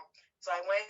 I was introduced to a gynecologist who I think Doctor remembers. I remember talking to you. I think Docky knows the person quite well. So I went there. In Nigeria, went for treatment. Even I think Docky mentioned doing is it the HSG? HSG, which Docky, when I came back, I told him I did it. So how did you get through that? It's the most painful experience. I'm not even gonna lie. Especially in Nigeria. I remember. Said it was the worst pain you've ever had. It's the worst. I mean, it's the worst pain I've ever had before in my life. And it's still number one of the pains I did that to see if to see the tubes, and I even went for a process of unblocking. So they even helped me unblock my tubes in Nigeria, which they felt like because of I had their topic, they felt okay, let them do the unblocking of the second one. I said that's what I say about Nigeria is different to the UK. Nigerians don't believe in pain relief. That one too was a painful experience. I was praying to be put asleep to do that, but they didn't. I was wide awake going through that. And I did that, and the gynecologist said, okay, we're not going to try IVF over here. We're going to go through a course of Clomid. Let's just see how that worked. So I tried that. I tried that, and I came back to the UK. I was in Nigeria for about 3 months. I came back to the UK with the Clomid. I think I was in the course of that Clomid for about 6 months, and it didn't pan out. I mean, Doki was guiding me through the Clomid, even increasing the dosages and things like that. It didn't pan out. So I just thought to myself, okay, what next? I think that's when we started talking about surrogacy. We started looking into this. And then one day, my sister-in-law, who's based in Nigeria, said she went for something like a seminar like this. And a doctor on there was talking about, because at that time I was based in London. She said, that there's a doctor there who's based in Birmingham, that at a hospital called Birmingham Women's Hospital, that he was talking about fertility, and something just told her to call me and to tell me about, And for someone like me, I grew up in Birmingham, so when she mentioned Birmingham Women's Hospital, I knew instantly the hospital. And I said, she goes, Danny, give it a go. I said, there's no harm. I won't say there's no harm because everything is cost. It was not only emotionally draining, it was financially draining. That's the thing. It is. I'm not going to sit here and say, it's free. It's not. It was financially draining. But I thank God that God gave us the means to be able to continue on this journey. So I went to Birmingham Women's Hospital. I went there to see the consultant. I called them, and the first thing they said was, we need your records, your previous medical records for fertility. So I had to get all that. I sent it over to them. They told me to give them a month to go through it, which they did. They read everything, and they came back to me and said, they felt like some things were missed. And I said, okay. Some things I think because they were more of a women's hospital, that was their specialty. So they looked at things in a different light. So I was speaking to that man, he gave me more hope. There was something about him. I don't know how you guys feel like when you meet someone for the first time, you somehow click with somebody. And to me, when I met that consultant, something about him and her, because it was two of them, it just clicked. Something about them clicked as if, okay, these people are going to answer my prayers. So I I went there. Then they said, okay, this is, and by the time we had our first appointment with them, we sat down and they've actually wrote down a plan of the different tests they're going to do, different course that we're going to be on, and that was it. So we went on I started that same journey of going through injections. I had my different tests that they carried out. They needed to check if I was ovulating. They needed to check if everything was fine, and they needed to check my husband's sperm. I mean, again, they need to check me. They did all the various different tests that I didn't do at my previous clinic. Everything was done here. I think they wanted to cross the T's and dot the I's at this Birmingham hospital, so they did that. And even I think I had a conversation with Doc here. I said, this one again, we're going through it again. And and Docky was always there at the back, but always giving me like, listen, don't worry, let's do this, we're in this. Sometimes like some terminologies that I don't understand because I'm not medical. That I will call him and he'll explain. If there's an injection that I didn't understand, I will call him, I will WhatsApp him and say, this is it, or they've given me this, what is this? And so we started there, and we went in. Over there, they were quite cautious because of the experience I had at the previous clinic with the overstimulation. Yeah. So that one, with the overstimulation, so they were cautious not to go through that same route again. So there, I was being monitored on a regular basis. Every 2 days, I was having scans because they didn't want that situation to happen again. So this time around, I went in, and on the egg retrieval, I believe I had about 18 eggs, which was, to them, was fine. They thought I might have a bit of OHSS, so they looked at me, they counted, and it wasn't. So I was ready to proceed. So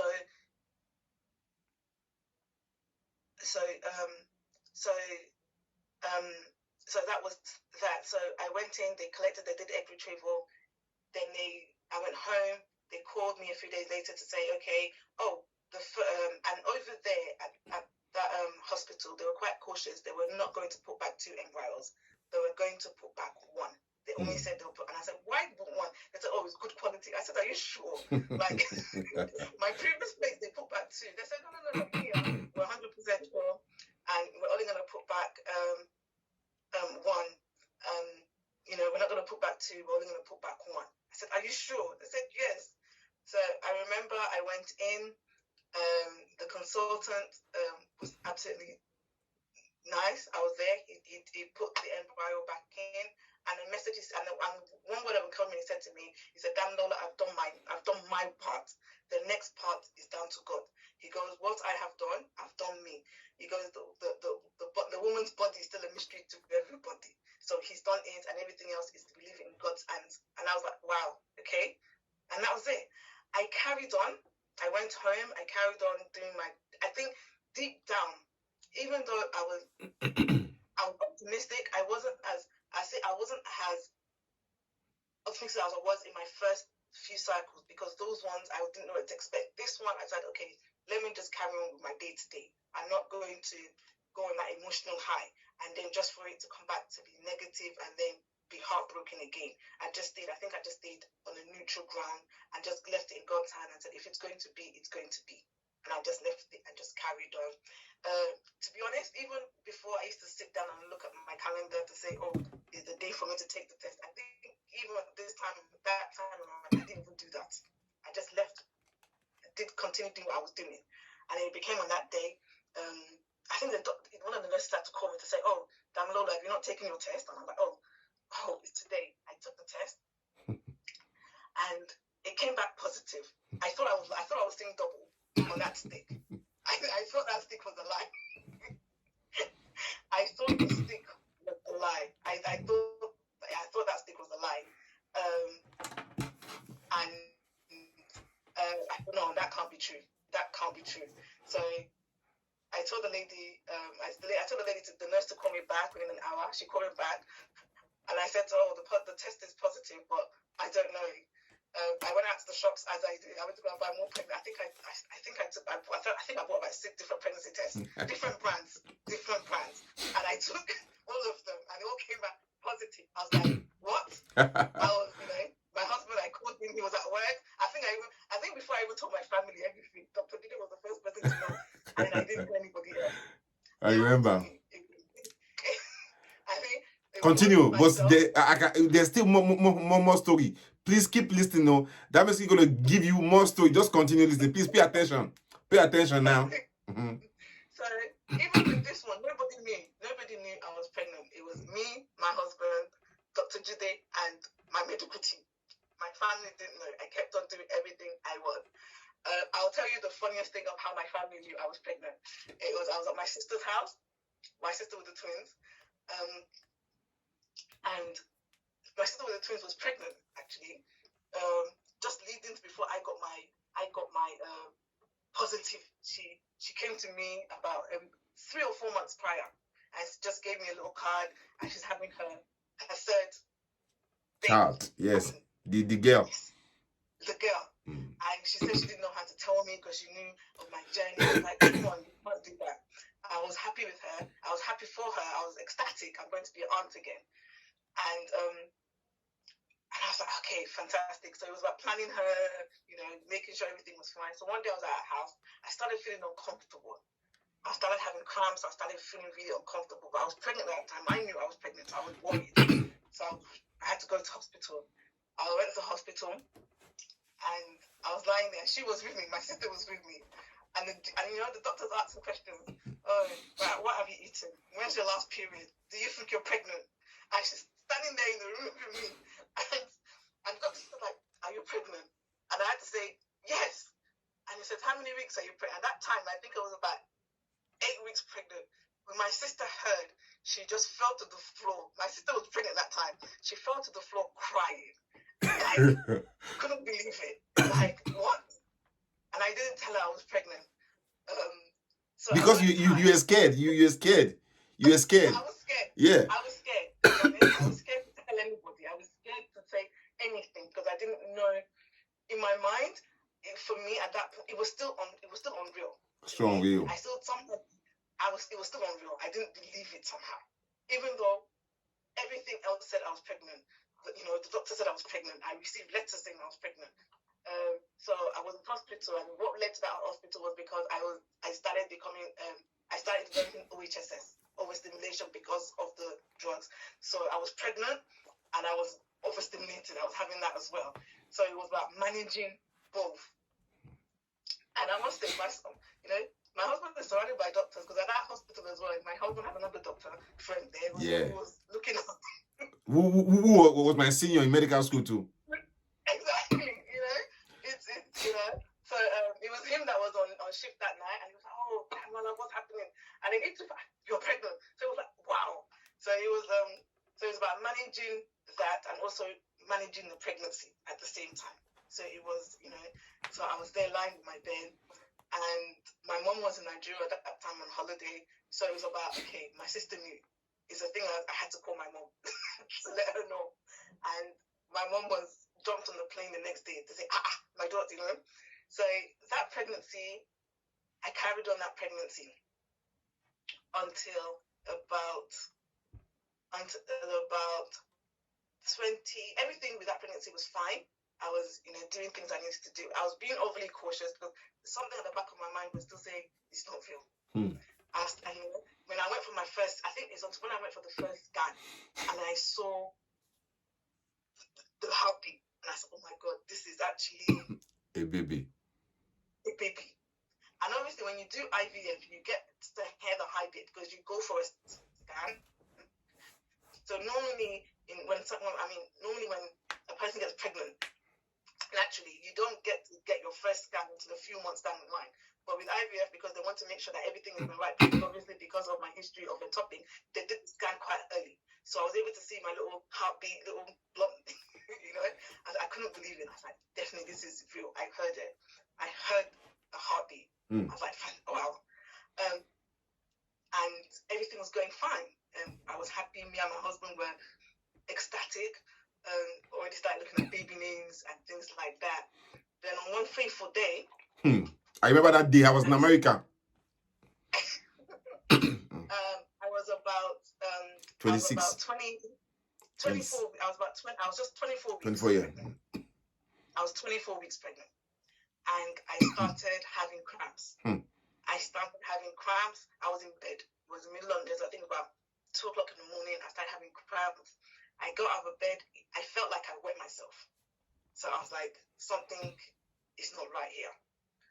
I woke up my husband like, I don't feel right. Something is not right. And my husband is something like anything like that. He doesn't wait. But yeah, jumped into the car. We went straight to the hospital. We got to the hospital. They saw me. They said I was in labor. 24 weeks. I was like, that can't be possible. A baby is not full time. My baby is still cooking. I don't even think. And at that time, I downloaded those pregnancy apps on my phone, which tells you the size of the baby. And every sort of week, I'm monitoring it. And at 24 days, my baby still hasn't developed. I mean, he's got the limbs and everything, but his brain hasn't fully developed. So what are you telling me? They said, oh, you're contracting. I'm like, this can't be possible. So that's in hospital. That's where Dr. Jide's, the other friend is, who is also a gynecologist who works there as well. My husband called him and said, what's happening?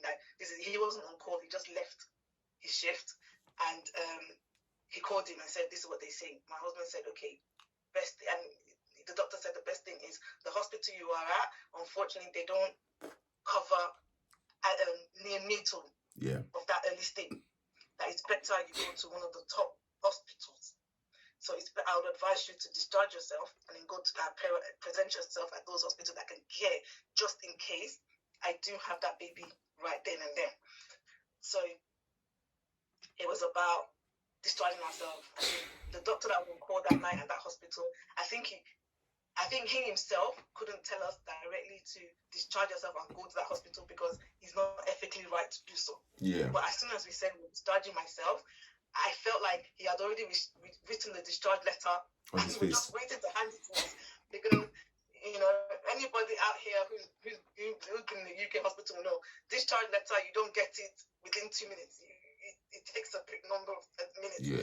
So I mean, within 5 minutes, he came back, go. He even told us the floor. He told us where to go. He told us where to, And that hospital, to be honest, I wouldn't advise it, but it was the hospital to where I was about 10 minutes drive.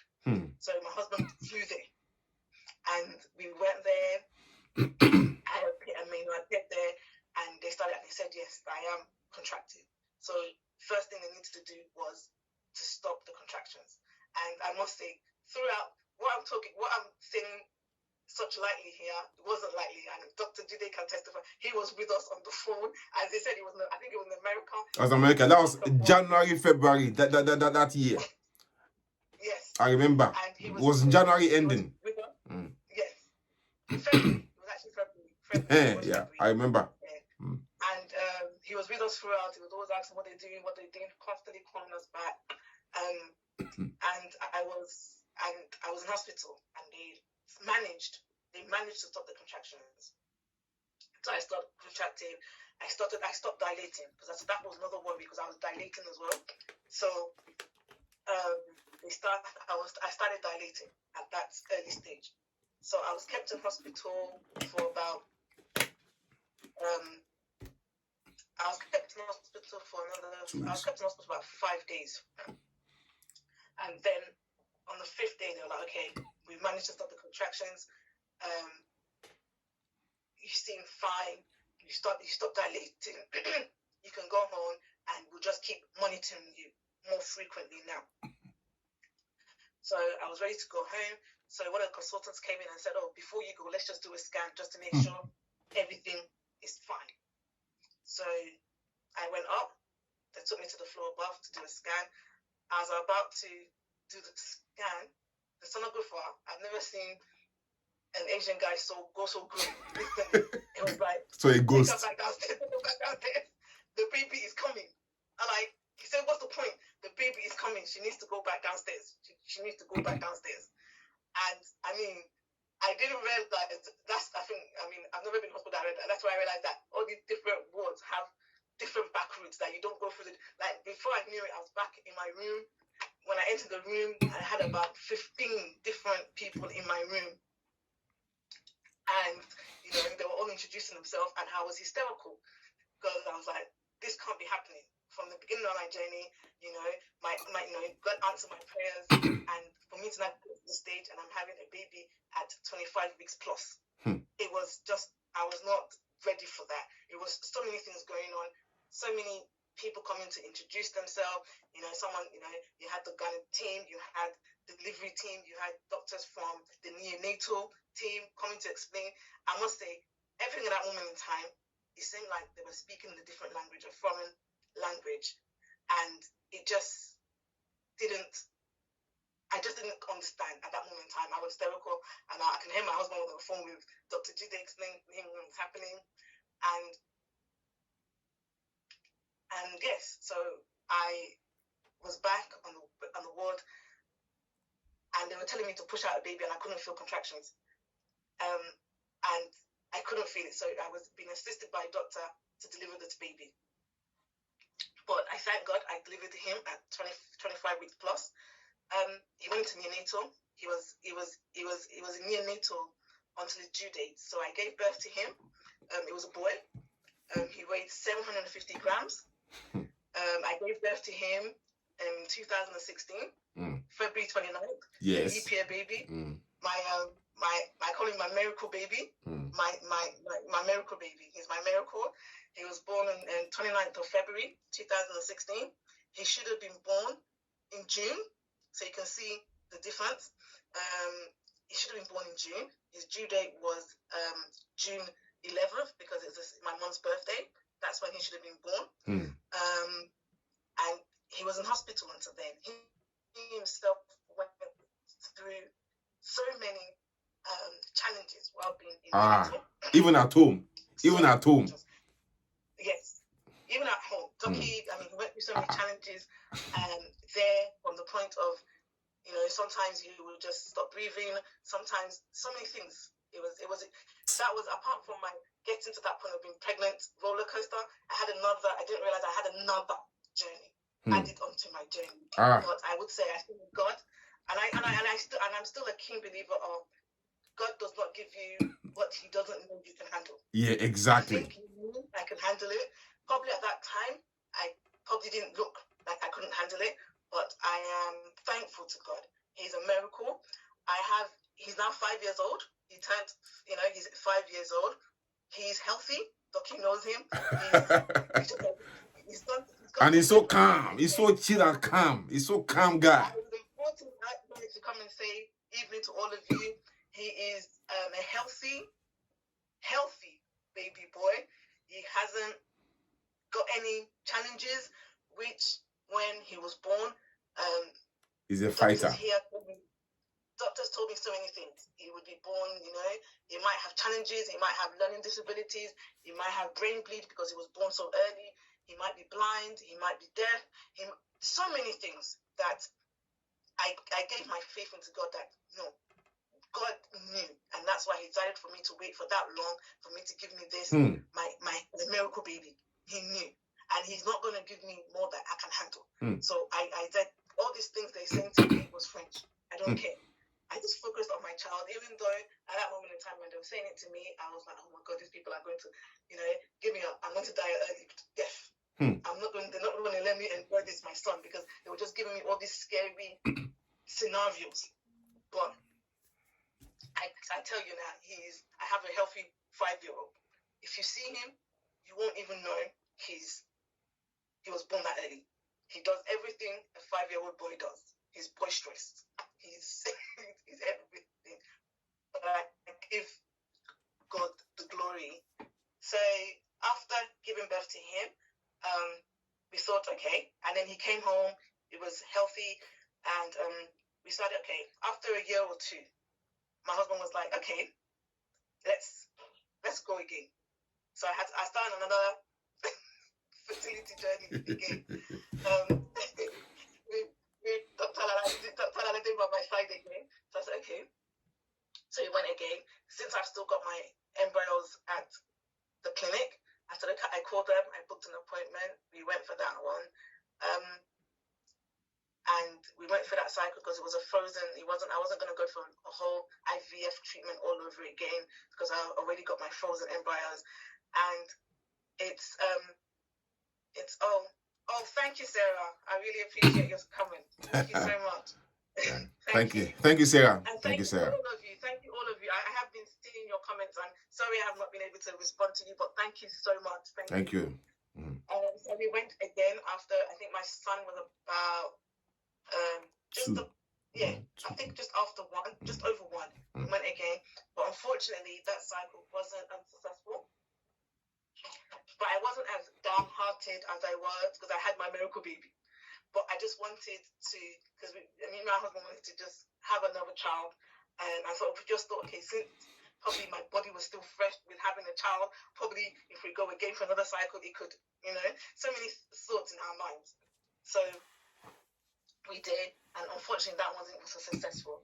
I waited another 6 months after that. I think my son was approaching just over 2, and we went again, and went for another cycle, and this time around, because of the experience and everything, they definitely said that I was pushing. I was trying to encourage my consultant to push to it. He said no, because of the experience of having an early baby and the risk of putting 2 embryos back, which could lead to multiple pregnancy. They were not going to take that risk with me, so they said no, we're just going to put the one back, which they did.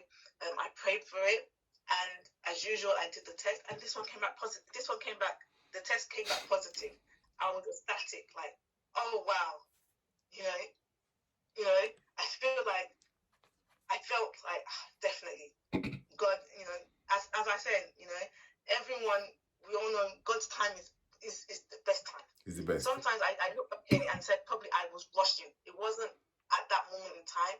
It wasn't my time, and I was rushing for it to happen. Whereas God was like, okay, this is when your time is, and this is it.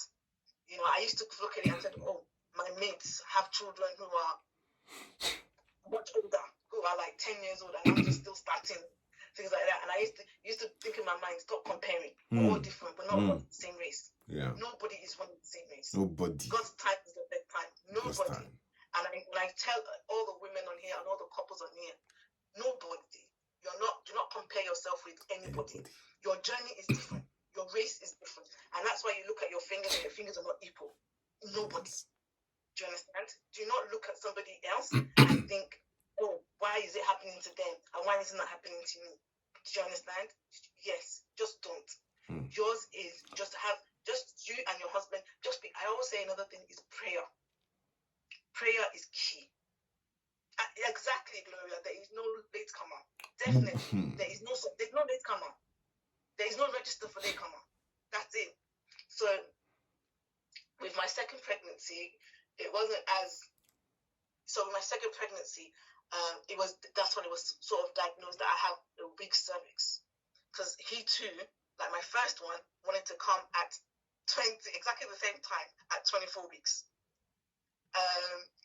Leading up to that pregnancy, leading up to the 20-something weeks, I was being scanned regularly, and everything was fine.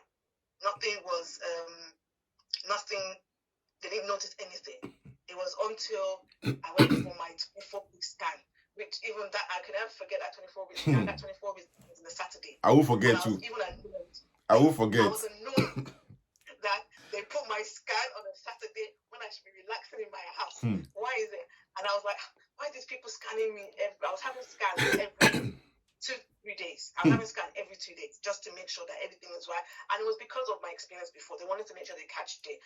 And that day as well, I went there, and the sonographer was like, "You're not going home."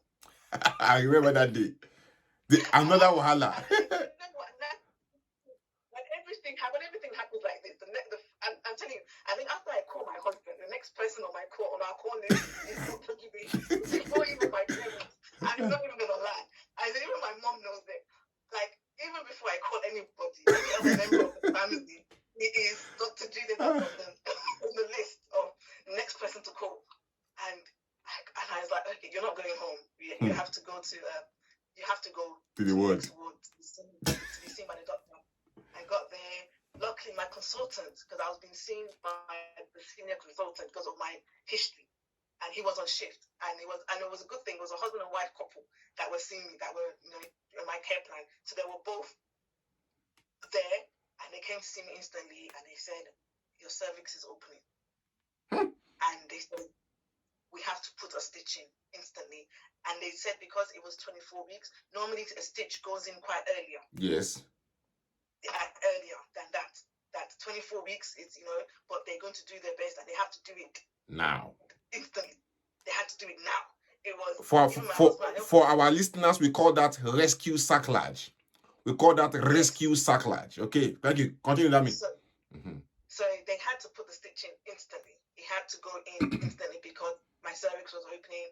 And you can see how quickly something changed, because I had a scan 3 days prior to that. And at that moment, it wasn't. It was normal. So within 3 days, my cervix started opening. So they had to put the stitch in, and I was confined to bed rest, compulsory bed rest. It wasn't anything. I was bed rest. I was, but and that was it. And I was, and I was told, even during that period of time, there were some times whereby I had to go into hospital because of pains. They felt like the baby was probably trying to push, and it was a sort of a worry that if I am contracting and the baby does push with the stitching, it's quite dangerous. So they, monitored me frequently. Me that was complaining about having 2 to 3 scans, 2 scans a week, it became more frequent. I felt like my name should have been there at my hospital, But I thank God. I give God the glory that I was able to carry him to term. I was able to carry my son. I have another son. I was able to carry him to term, and healthy. My son was born 37. 36. No, he was not 30. Yeah, about 36. Okay. 36 weeks. Yeah. He was fine, healthy baby boy, boisterous than than my eldest. As they say, if my eldest is boisterous, but he's quiet, as he's reserved. He's not troublesome like my second. As I say to somebody, if I have my second one first, I'll probably reconsider having more. But, I give God the glory. I give God the glory, and I want to use my story and my journey to encourage women out there, encourage couples, because it's not only women. We always seem to think that it's only women that's on this journey. It's not. It's your husbands are on it. Even though our husbands are meant to be the pillar of the house, meant to be there to protect us, are meant to act strong, they too have worries. They go through this. And for me, it went being in this journey with my husband and realizing how he worries, how it concerns him as well, how he thinks about these things as well, and think, what's going on here, So it's about both couples as well. I will say to the wives, speak to your husband, share this experience, don't bottle it up, because that's what I did. I'm not gonna say, I didn't do this. I did. I bottled it up. I wasn't able to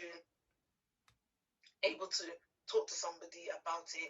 And I think back then, because I didn't know anybody, there wasn't, not like I had a friend who was going through this journey that I could share it with, or had a sibling who was going through.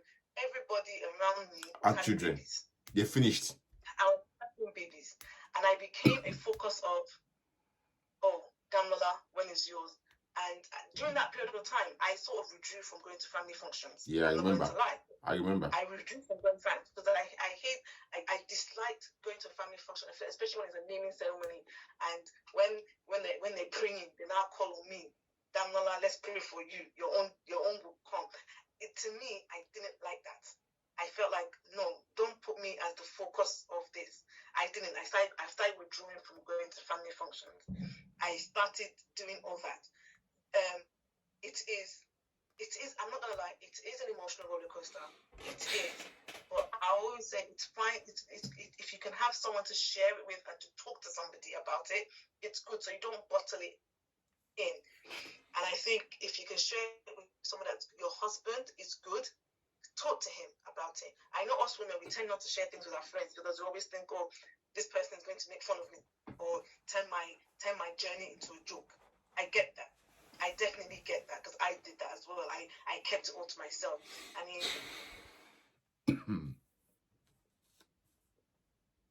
years ago when I was at a talk like this with some other women, and my sister happened to be there, and she was like, "This."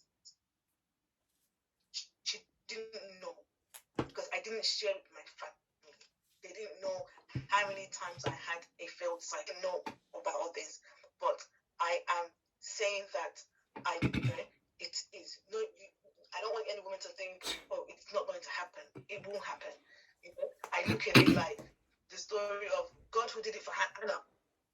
Do you understand? She didn't lose faith. She didn't lose hope. She kept on praying, even though all the other wives were making fun of her. That she was a barren woman, but she didn't lose hope. She didn't. She kept on praying. She kept on praying, and God answered her prayers. So I believe that the same God that answered her prayers, that answered my prayers, will definitely answer all the women's prayers on this platform.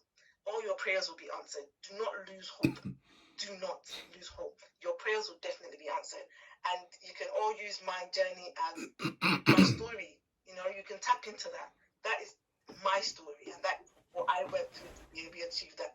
And and I want to give thanks to Dr. Jide. He was there from day one, and he hasn't finished. He thinks it's finished. He hasn't finished our journey. We're still in this together, but he has been a pillar to myself and my husband. He has been a pillar to both of us. He has. So many nights that I'll probably be in hospital and I'm texting him. The poor man has probably finished my text, sometimes I think this poor man, he probably, I'm not like again. What is our problem? But he's never said that. He's never ever never answered my questions. He's always able to answer my questions. He will always answer my questions. He will always call me to tell me this is what's happening. This is this is what they mean. Even if it's a test that I've done, I don't understand. I will scan it and take a photo of it and send it to him. He will analyze it and call me back and explain to me. So he has been amazing throughout my journey. And I always say I can never talk about my journey without including Dr. Jide in my journey. It's not possible. That story is never complete. I take that time to thank you all for Thank you, Dami. To this, and Dr. Jide, can you hear me? Some people say they can't. I can still hear you. Continue. Don't worry. Can you hear me? I can hear you. I can hear you clear. No problem.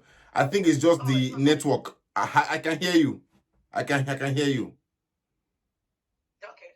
Okay. So I just want to say I'm thankful for Dr. DJ giving me this opportunity to come and talk to all of you all. And they said they think that my mic is not working. Some people can't hear me. Okay. Can everybody hear me? Can everybody hear me? Can everybody hear Dr. J? If you can hear me, say I can hear Dr. J. Let me know. Maybe it's on my hand. Let's do some quick diagnostics here. Can everybody hear me? Can everybody hear Dr. J? Say yes, let me know. Okay. Can they hear me? Yeah, okay. I think they can hear you now. Continue. Continue. It's just network. Okay. It's not network. It's just network. Okay. All right. So yes, I was saying. So okay, that's fine. Yes, that's great. Okay, they can hear us both now. Okay. So that's my journey, and I pray that all of you, all these couples, women on here, we'll be able to come back and give your own testimony. You'll all definitely have a testimony to give. Do you understand? And I pray that your prayers and your heart desires will be answered.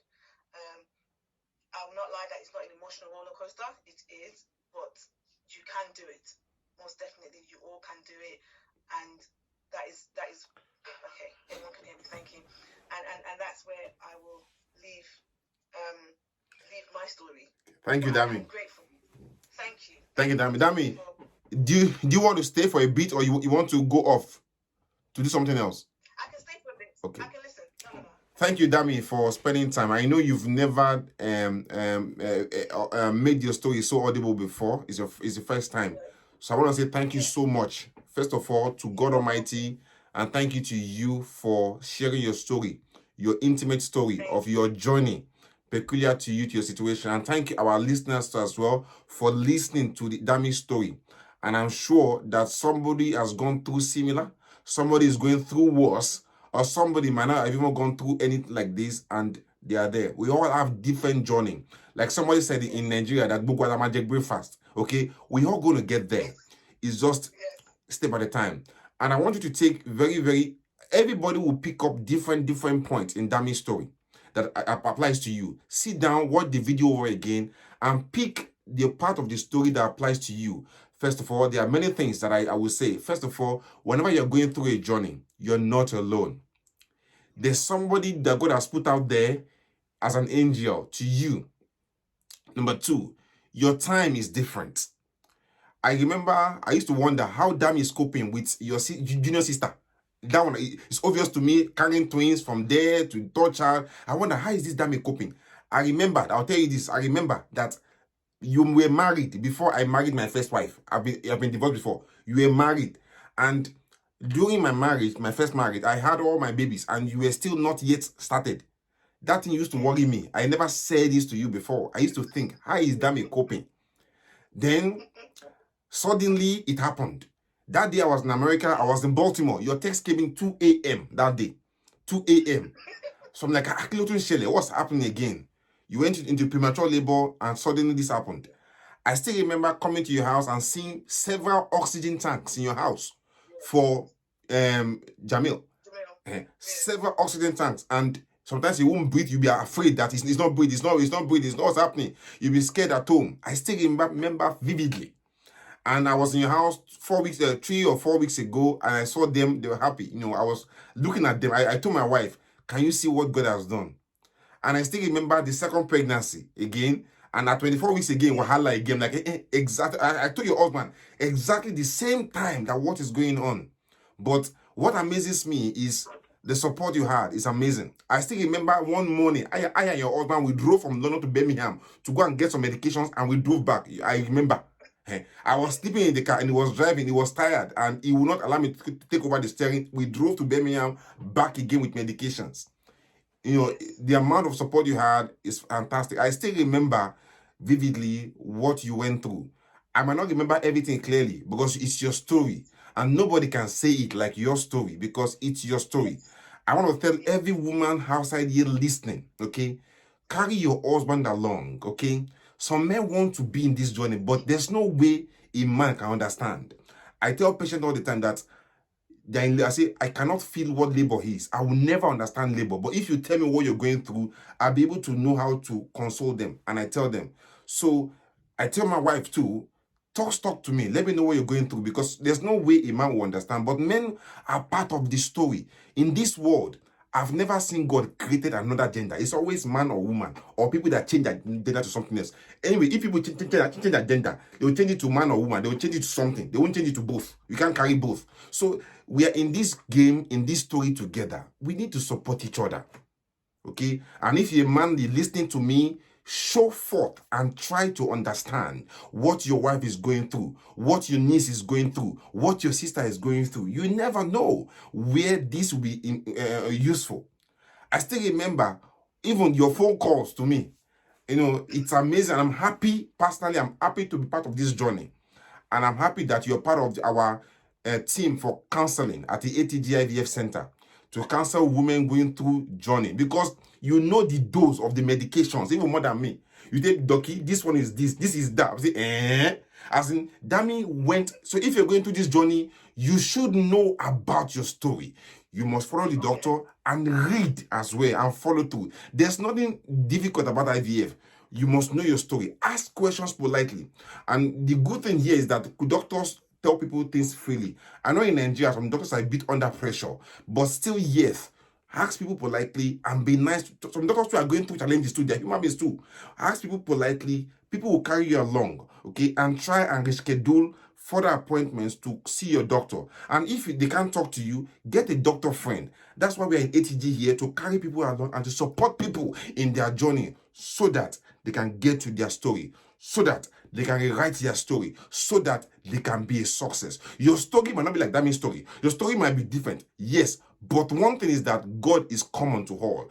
God is in your story, and you carry God nature in you, and you carry God's power in you. You might have a sister that's had a baby before, or a friend that's a baby before, but your story you think is over. It's not over. It's over until you give up. As far as you are still on that journey, keep pressing the gas pedal. Keep changing your gear. Change the direction. Enter another road. God will carry you to your destination. And as far as you don't give up, God will not give up on your situation. Damn you, over to you. Thank you. Thank you. I want to say that it is what our doctor said. It's right. You know, as I said, my story is it might not be the same with yours out there, but as you said, the one thing we have in common is God, most definitely. One thing I also want to add is sometimes I remember on my journey is sorry, just bear with me. Yeah. Another thing is sometimes I think as especially us from the African community, African backgrounds and everything, Africans we are, sometimes you find family members don't understand this journey. So do not be offended if, I mean, we all have family members who are blunt, who say things not from a bad place, but it's because they don't have understanding. They don't understand this journey. And I find that it's better to enlighten them than for you to just ignore them because they don't understand. I remember having a conversation with somebody and the person made it out like, oh, because I did not give, it was a family member, because I did not conceive my child naturally, that route I took, it was on a natural, because I went through IVF, it was on a natural route. And I was like, there's no such thing as a natural, it's the end result that matters. Thank you. And it's because you are aware of the route I went to. If I'm not, because it took me a while to be able to be open and honest, I'm not going to lie about my IVF journey. Because even my family members didn't know I went through IVF. That's just the honest truth.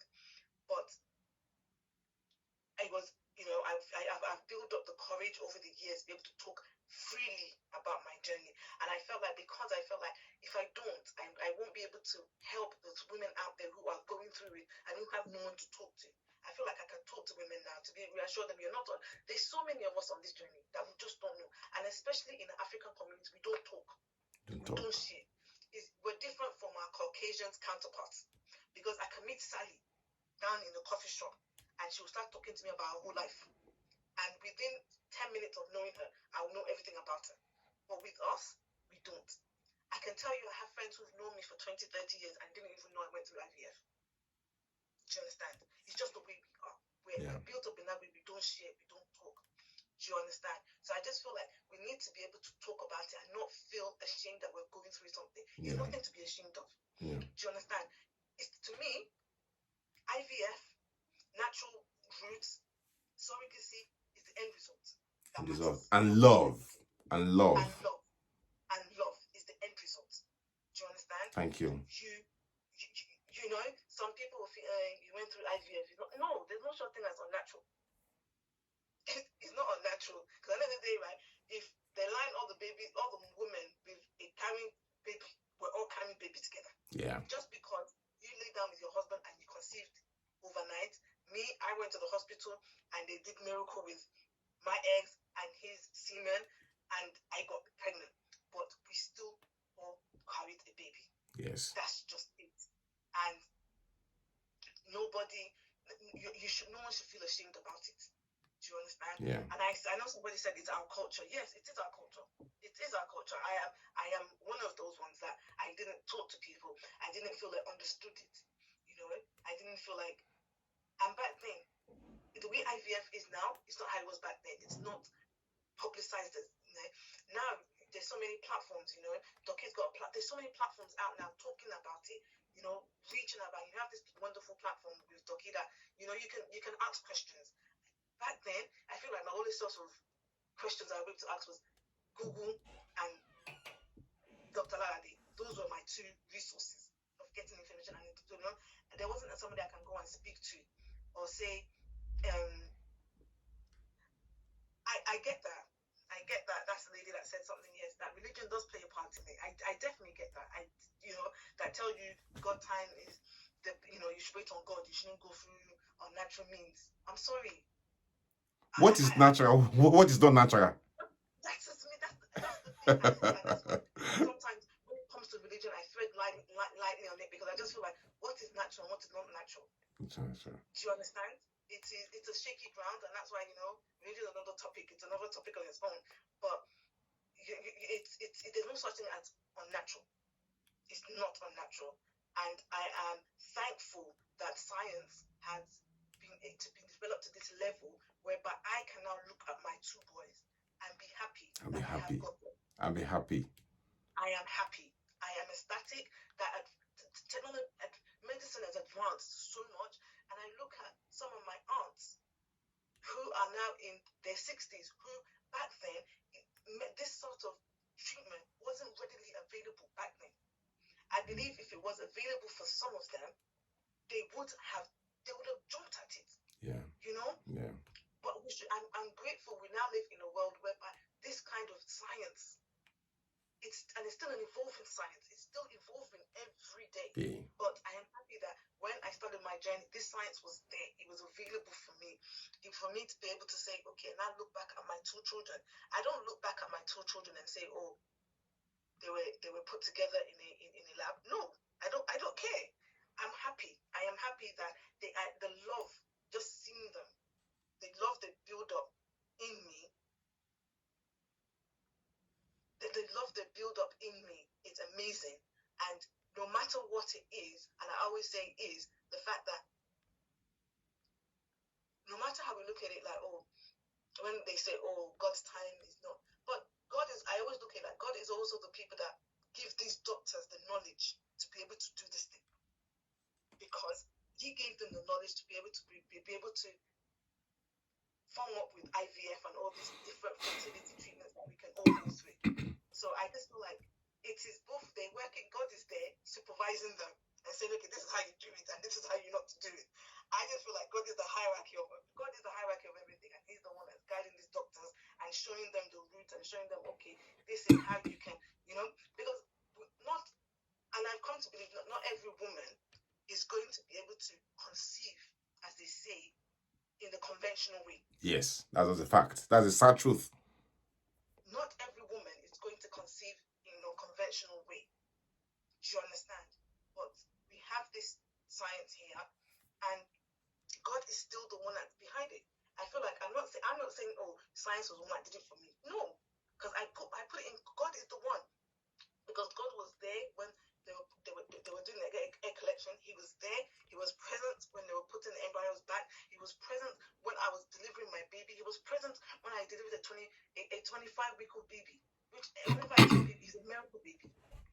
And he's the one that did this. He's the one that made this journey possible. Thank you, Dami. I am thankful and I am grateful. Thank you so much. I pray that everyone here I can come back here and I'm seeing some names, and I can come back here and we have all of these women coming here to give their own testimony of their own journey. Thank you. And I pray I'll be here that day and we can all share in your testimony and your joy and your blessings together. Amen. And that is where I am with this, and that's where I am going to sort of end my talk and stop rambling on and let Dr. Jide continue with this seminar. Thank you so much. I thought it was going to be a 10 minutes talk, but I'm sure everybody enjoyed your story and everybody learned a lot from your journey. That means if you want, I have to go, I can close your page and you can still watch us in the background.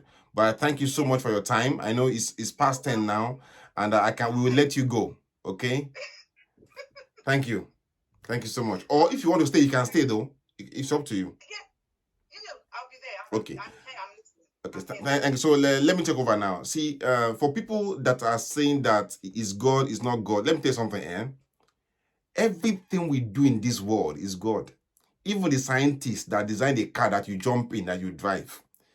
Even as doctors, we don't do everything. The machines we use to scan, it wasn't designed by a doctor. A physician or some guy in engineering designed our scan, which we use to scan you as doctors.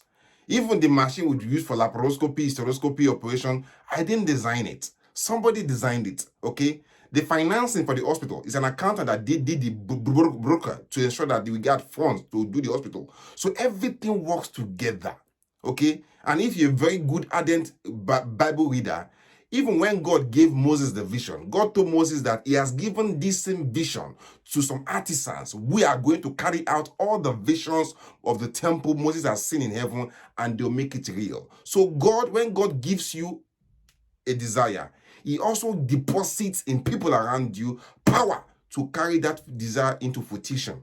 Let me tell you something. Whatever your doctor does is not of the devil, it's of God too. God uses people at different points in their lives, in your life, in their lives too, to change you. As that doctor is helping you, that doctor too is helping themselves. Their story is being changed. How do I know that day when I was talking to Dami, that one day she'll be here too to change people's lives too? So God uses people to use us. God uses us to use people too. Let me tell you something. Our stories are all interwoven. Let me tell you, our stories are all interwoven.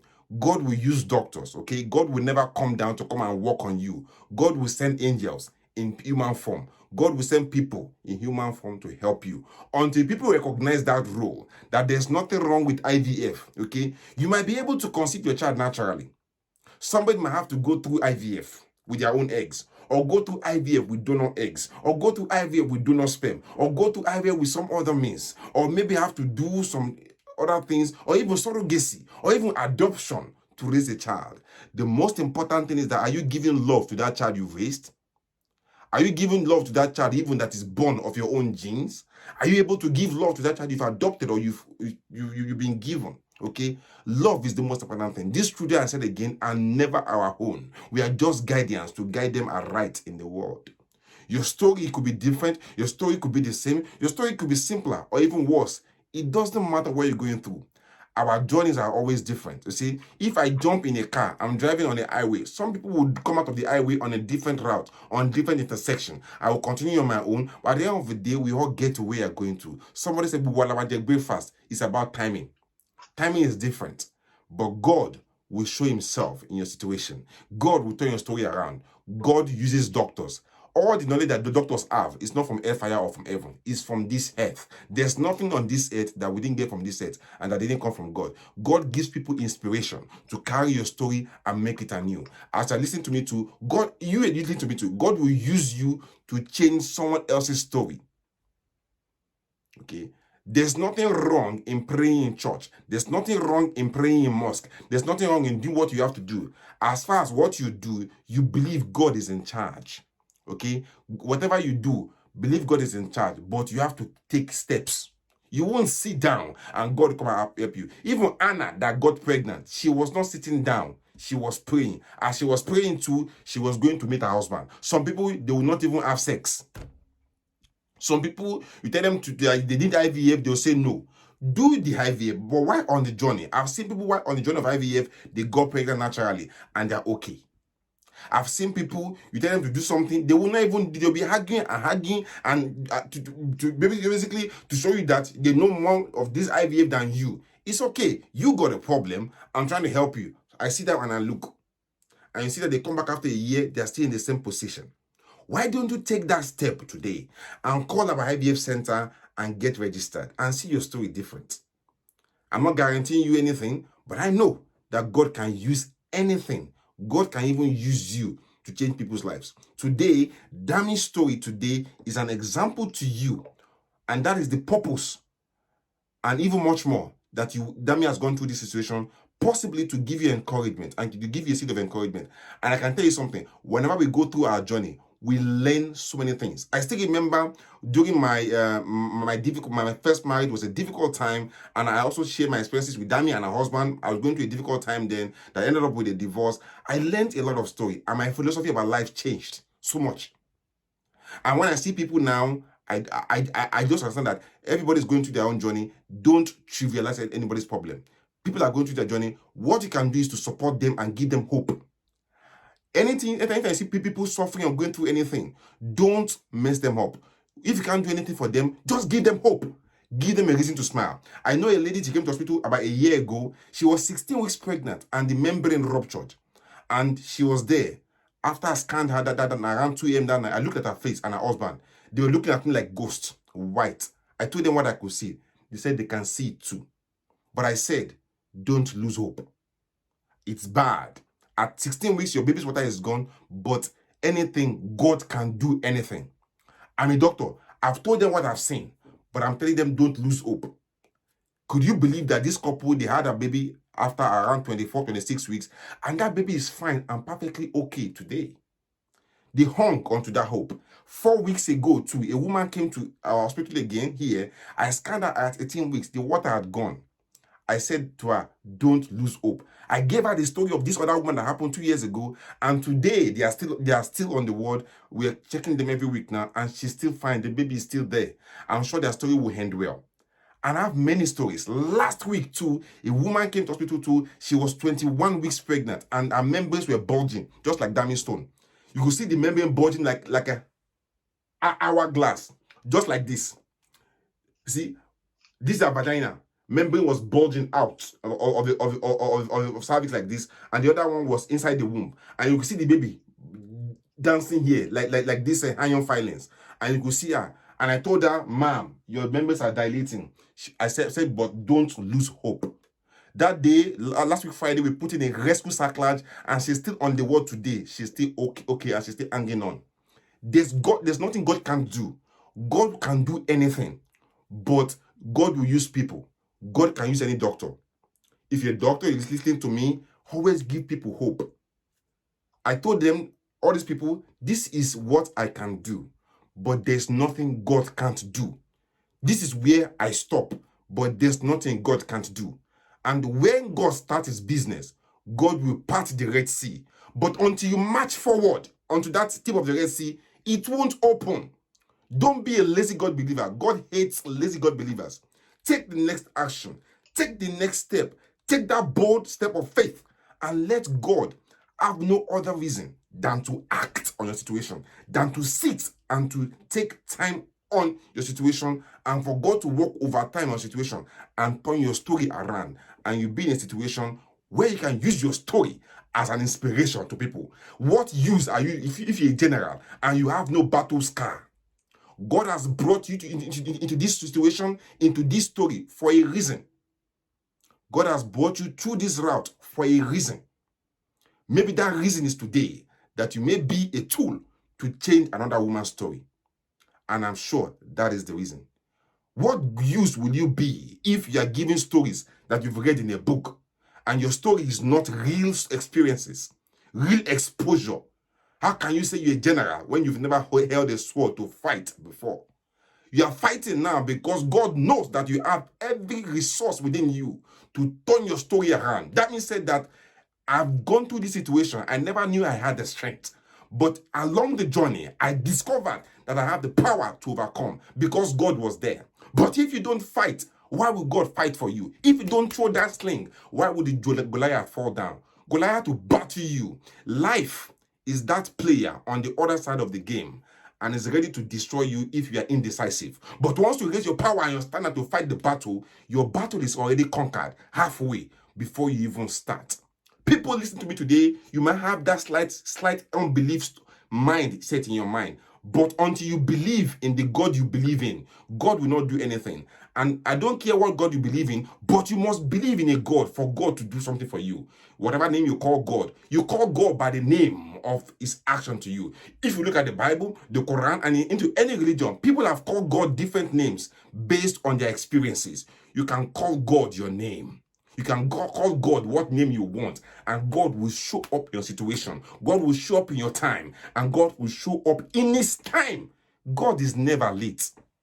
He has prepared a table before you in the presence of your enemies, and they cannot disturb. They will keep watching like vultures, but they can't touch you. But you must let God act in your situation. Thank you, Dami, for being here tonight.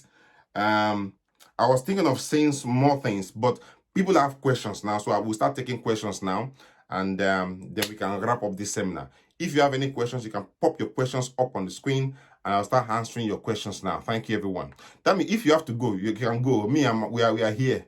We are here. No, I'm fine. Goodbye, Okay. guys. Thank you. That means you can stay. So if you have any questions for me or for Dami, please ask your questions and let's start answering them. Now, if you want to get a PDF of this discussion, by next week Friday, you get it. And the way you can get it is this: that email that we sent to you for you to join the seminar, that contains the link to join the seminar. That email I sent to you, just click reply and say one line, you want the seminar PDF.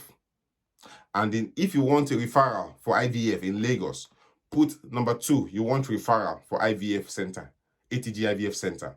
And in that reply I give to you, I'll put you a discount, which you get. Okay, so if you want the PDF referral, okay, just that email we sent to you, click reply, and I'll reply you with the seminar PDF. But give me till next week Friday for me to send it all to you. If you don't click that email reply, I'll ask you for your payment evidence, because that's the only way I will know who paid. But if you click reply on that email I sent to you, I will know definitely that you already paid. But if you just go and send a fresh email, I won't know who you are. I'm not Mark Zuckerberg. I will ask you for payment evidence. So follow the instructions and avoid chaos. If you don't follow the instructions, I will not reply you. Okay, now somebody's asking, you mentioned aspirin. What is the use of aspirin in IVF? Aspirin is used in IVF to reduce the risk of miscarriage and to reduce the risk of preeclampsia, which can happen in IVF pregnancy. Okay, that's what we use as aspirin for. And aspirin we use is low dose, 150 milligrams. Thank you. Somebody's asked a question and that person said, Dr. Jide, how do you cope with cramps after IVF transfer and positive test of pregnancy? If you have cramps after IVF transfer, okay, it depends on how far you are in your pregnancy. If you are in your first trimester, less than 12 weeks, get a scan. In that scan, we check baby's heartbeat because it's too early for membranes to bulge in first 12 weeks of pregnancy. But once you pass 12 weeks, okay, if you've had a previous cervical weakness, we put a stitch there to hold your cervix from 12 weeks onward. That is called a therapeutic sacrilege, okay, basically to prevent. But if you're in your second trimester after 12 weeks and you're having cramps, just go to hospital. Let us examine you first of all. I know a lot of people attempt to go to hospital, they will not want their veterinarian to be examined. Let me tell you something, there's nothing doctors haven't seen. Any doctor that is a gynecologist has seen enough services. I've seen anything I can see. So get examined. Don't start saying, they can't examine me. Please open your eyes and let examine you. And if there's a weakness in your service, we get it fixed on time as soon as possible. That's just the story, okay? And there's nothing we haven't seen. And don't doctor will start remembering how your vagina is in their brain. I forget how vagina is. In fact, there's no new edition of vagina in the world. It's all the same. It's all the same anatomy we've been reading from 2020 billion years. So get examined and let's put a stitch there if there's a stitch there. Aspirin is a blood thinner. Yes, it's true. Aspirin is a blood thinner, I know. But the dose we give you in that time of pregnancy is very, very low. It doesn't thin your blood to cause any problem. Okay? You see what I'm saying? People start asking questions and thinking as if they are better than doctors now. Take aspirin, they'll say no. You see, until you see the Red Sea and the roof fall down, you wonder why. If you want to do doctor work, come to medical school. Go through 6-7 years and keep learning every day. I keep reading. You can see books at the back of my shelf here. Okay? So take aspirin. There's a reason why we're giving it. It's research-based. It's not me. It's Royal College. How long does aspirin? So if you want to take aspirin in pregnancy as you're given, you take it until you get your 37 weeks, okay? Dr. J, can someone be done? What can be done about IVF duration if possible 3 weeks? Okay, I think Afri is asking that can she get IVF done less than 3 weeks? Is that what you're saying? If that's your question, the answer is focus on getting results first of all, and work with minimum of 4 to 5 weeks. Okay, please. In fact, I will tell people 5 to 7 weeks. Okay, but have in mind back of your mind 4 to 5 weeks. Okay. Chidima, thank you. AGO is saying, why do women take a lot of water after IVF transfer? It's just to reduce dehydration, because if you're dehydrated, the risk of pregnancy loss is slightly increased, but it's not significant. But avoid dehydration, okay? Dehydration can make your body start having contractions. Now, the part of the brain called the posterior pituitary that produces oxytocin is also interlinked with part of the brain that controls dehydration, being thirsty. In the brain, there's a gland called pituitary gland. The posterior pituitary controls oxytocin and vasopressin. If you're dehydrated, it has interaction and make you start to have contractions. That's just the reason, okay? It avoids to prevent contractions that can cause miscarriage. It's just simple. So avoid dehydration anyway. Doctor, I had two failed IUI recently. Last one being this month. I request for an IVF, but my doctor declined, saying that your medication is okay. The truth is, you've been trying for the last 12 years, and you want to use a different hospital. Your husband is too okay. You've had this is the right decision. Go for IVF, honestly. If you've done IUI is failed, you should be thinking of IVF anyway. You've spent enough time. 12 years is a lot of time. I'm hoping that at 12 years, you still have good embryos in your ovaries. If it's so, IVF. But if the embryos are not very good, you might be thinking of egg donor, okay? But first of all, consider IVF. Let us stimulate you, check whether you're ovulating with all the necessary tests, check your womb thickness, we call endometrial thickness, and do possibly a mock transfer or go for a real transfer and see how it works. But if it fails, then consider IVF. If at the point, consider egg donor. If at the point of retrieval of the eggs, and we see that the embryo is not of good quality, we'll probably advise you to consider egg donor even before we go on to transfer. So yes, go for IVF. Okay. And our IVF center is in Lagos only for now. We just opened it. It's going to open in June, July, and it's the ATG IVF Center. And then Dami is also one of our online counselors as well. And she'll be using our life experiences and our knowledge about IVF in detail to assist women on their journey to success. Can a woman that did IVF deliver a baby vaginally? Yes, you can deliver a baby vaginally. Dami had her 2 children. It's not vaginally, isn't it? So if you had IVF, you can deliver vaginally. However, I've seen people, they are 45 years old, they've had IVF done because it's probably the only pregnancy they will carry. Anyway, at such advanced age, we consider CCS for them if they want, without objection. If I have a woman, 45 years old, she's had IVF, and she had only that one baby she's carrying, and she says that, doctor, I want CS, I will not object at all, because that could be the only one she'll carry all her life. So why don't you allow her what she wants and let her carry an healthy baby home? So there's nothing wrong, but you can deliver vaginally if you want, and if baby is fine.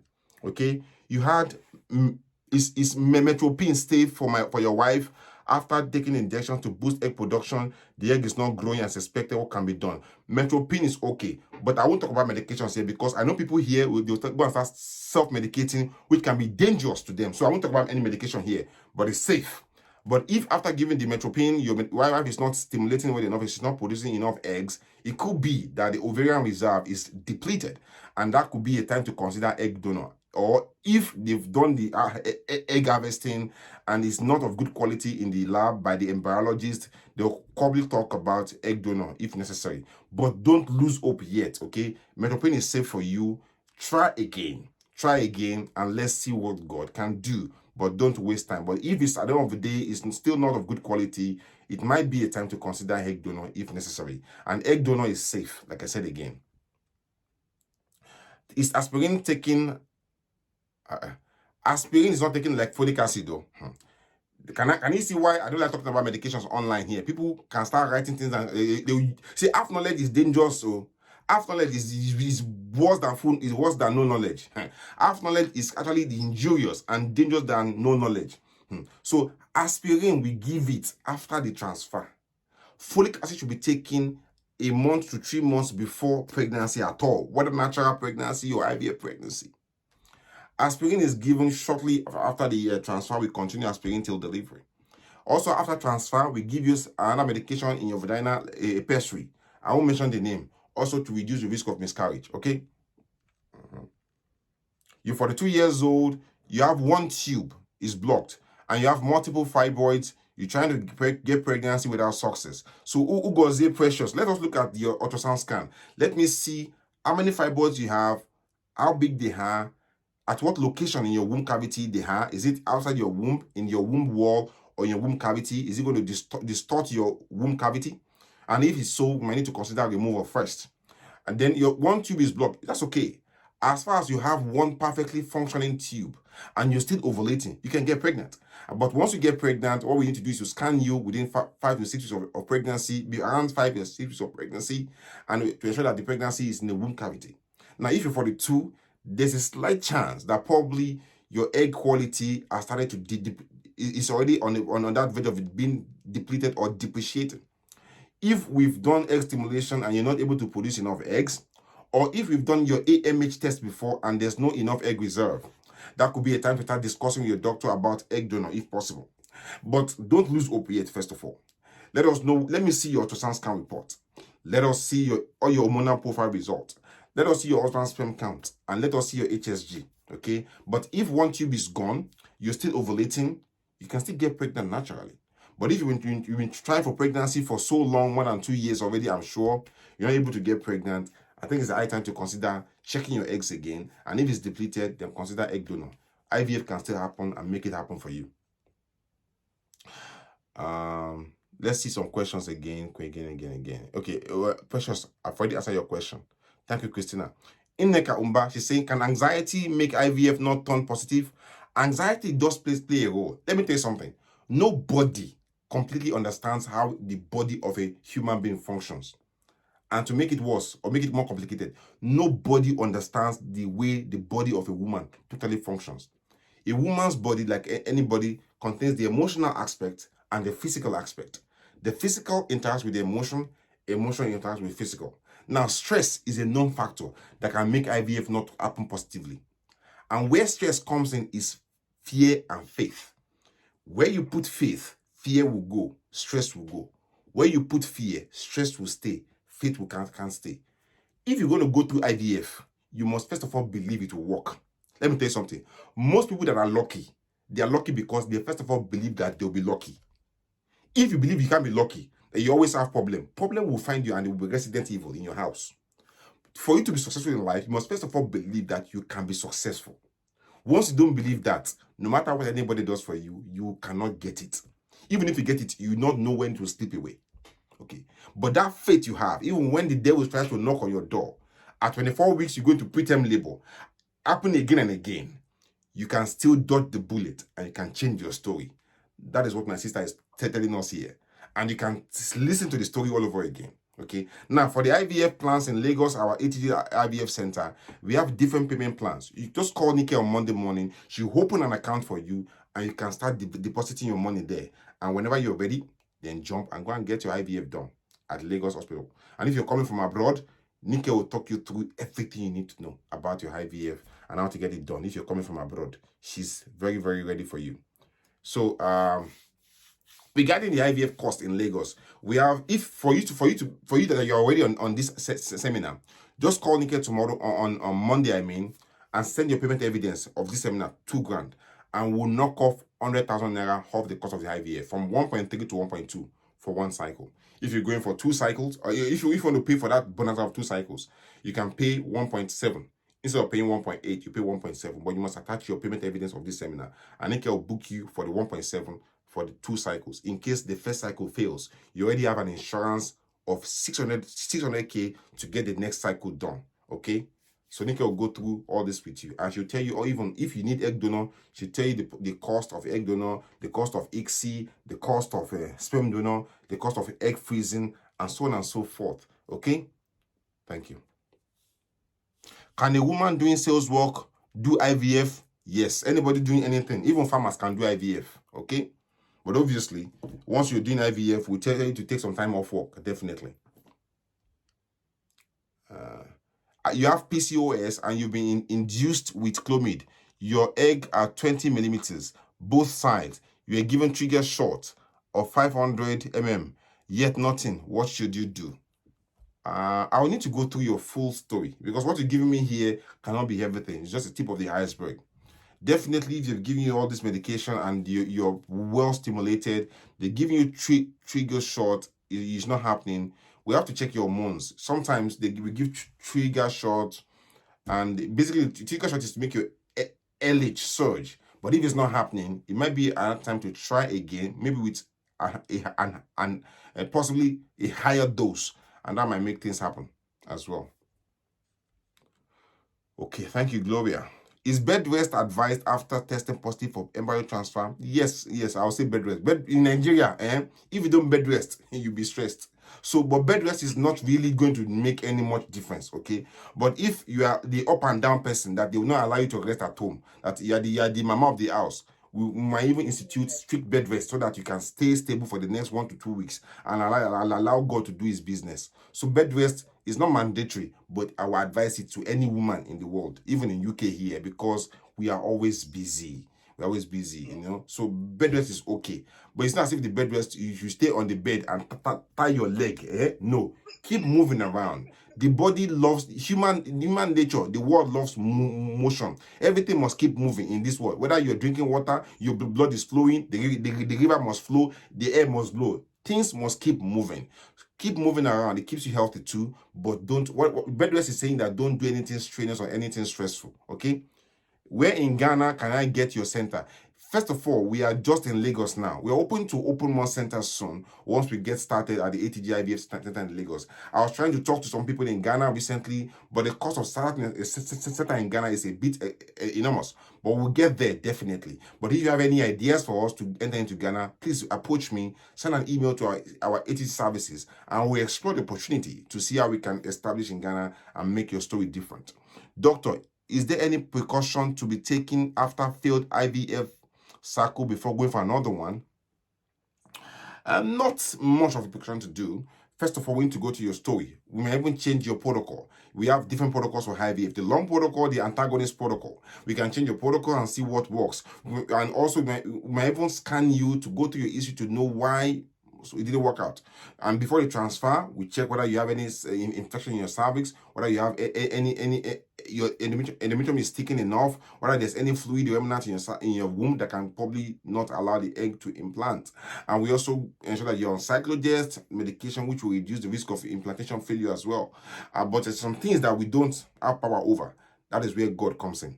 I still believe in God. I've never seen God before. I don't need to see him. I don't need to touch Bluetooth. I know Bluetooth is working. I don't need to touch the live wire. I know there's electricity there. Where God is not my business, but there's God. Whether it's in China, whether it's in Pluto, whether it's in Nigeria, whether it's in Brazil, not my business. But whatever you've done your part, always leave that God part for God and let God be in your business. What God wants in your business, even the things we don't know, we can't take care of, God will do it. God will do it. I agree. And God never fails. God is always on time. Because God never fails, you cannot fail. But you must stand up. You must take that step. I saw a lady recently on social media. Everybody sees that lady. She has one leg, but she was selling and hawking water on the street. If she was busy grumpy, do you know there are a lot of women in that same situation that they are still in the village somewhere, and they cannot get help. But because she stood up, because she put herself there in the limelight, help came to her. Her story has changed today. So many other people that are amputees, somewhere in Nigeria, somewhere in Ghana, somewhere in China, they are hiding under the disguise of they are down. But this girl was hawking water. She won't give up. That is why God did not give up on her story. So many people watching me today here, they say their story is the worst. They are going through hell. Okay, how much worse can it be for a human being? First pregnancy, 24 weeks. Second pregnancy, 24 weeks again. Premature labor again. Tell me, what more? After 4 failed IVF, another failed, my God, it's just enough. It's enough to give up. But this is my sister here. She hasn't given up. Your story too, you won't give up on yourself. Because God is not yet done in your story. Come on, listen to me. God is not yet done on your story. Here. So if God is not done, then who are you to give up? Doctor.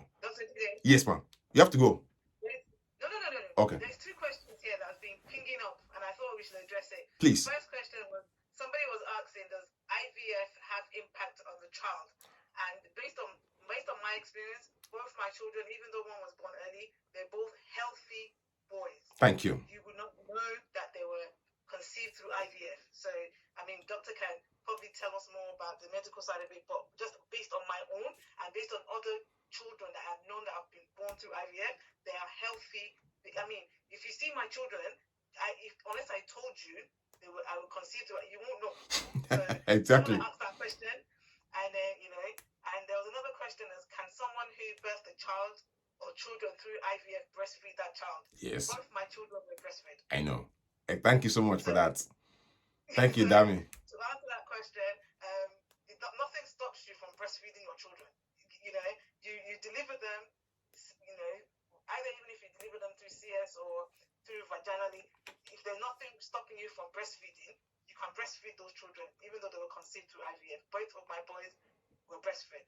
Thank you. So, Okay, thank you, my sister Dami. So, Oluwata is saying that can one with sperm as low as 1 million go for IVF? Yes, but we might need to use ICSI to segregate the best sperm to get you pregnant. You can use sperm of 1 million to IVF. In fact, IVF is for people that have low sperm count. Okay, all right.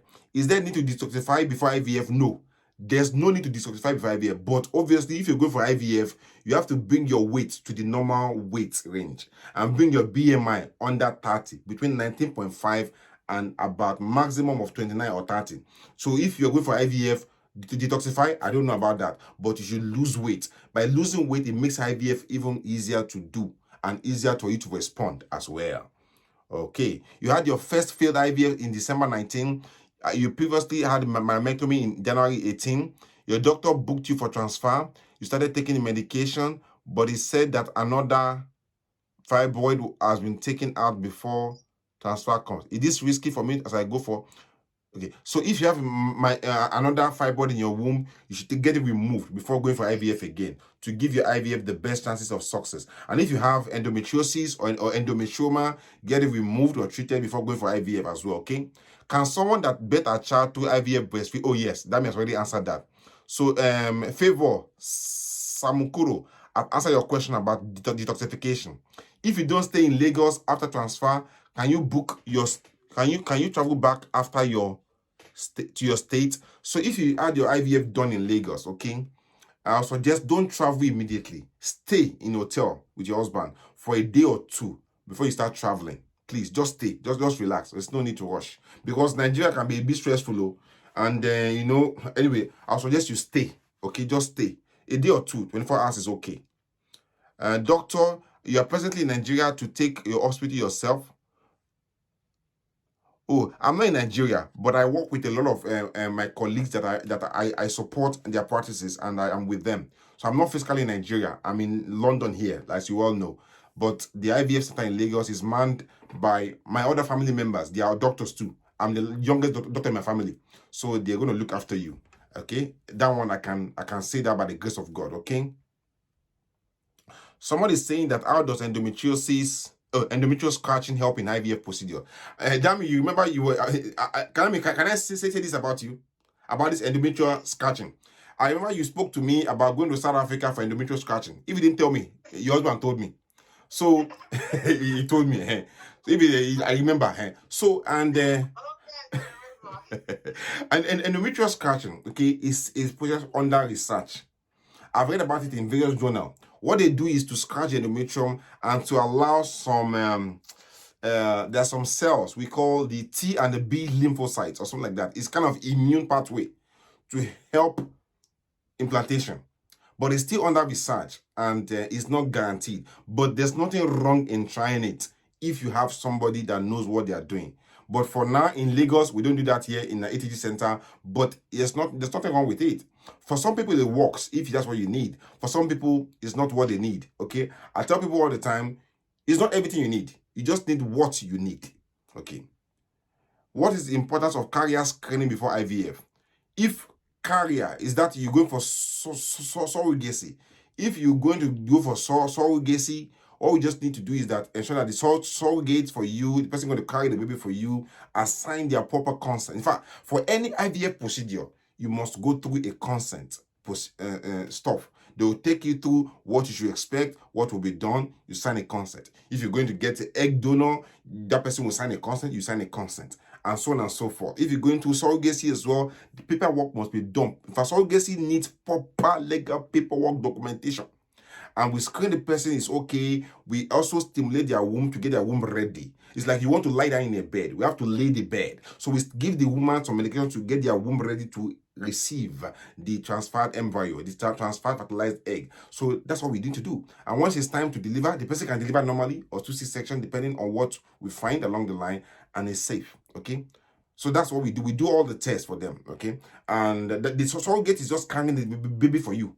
They need to be healthy, and we go through some steps with them that they are healthy and they're able to carry. Their kidney is functioning well, their liver is functioning well, their heart is functioning well, and they can take that extra stress during that 9 months or so, or less. Is there possibility of lying down after IVF? You can lie down after IVF. You can walk after IVF. You can take a stroll after IVF. You can go for a walk at the park after IVF. But don't do anything strenuous, anything heavy, like traveling or something like that. Stay and rest first. What are the chances of having twins after with fibroids? Of course, if your fibroid is big, we take them out. Okay. If they're tiny, 2 centimeter fibroid, tiny fibroid, we leave it alone. You can carry twins. Okay. Oh, someone is saying that it's carrier in terms of this and gene.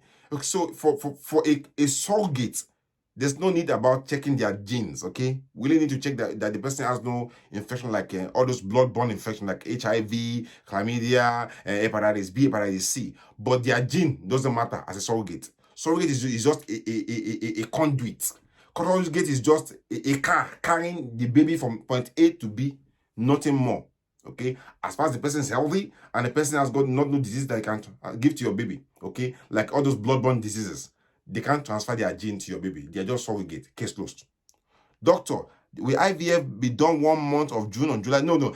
IVF center will open in June, July, but it's going to be open forever by the grace of God. We commence activity from there onwards. Okay, we're not open for only 1 or 2 months. We're not a fly by the night IVF center. We are there for the long haul by the grace of God. What doses of injection for IVF? Okay, sorry. Someone is asking me the dose of injection to give themselves for IVF at home.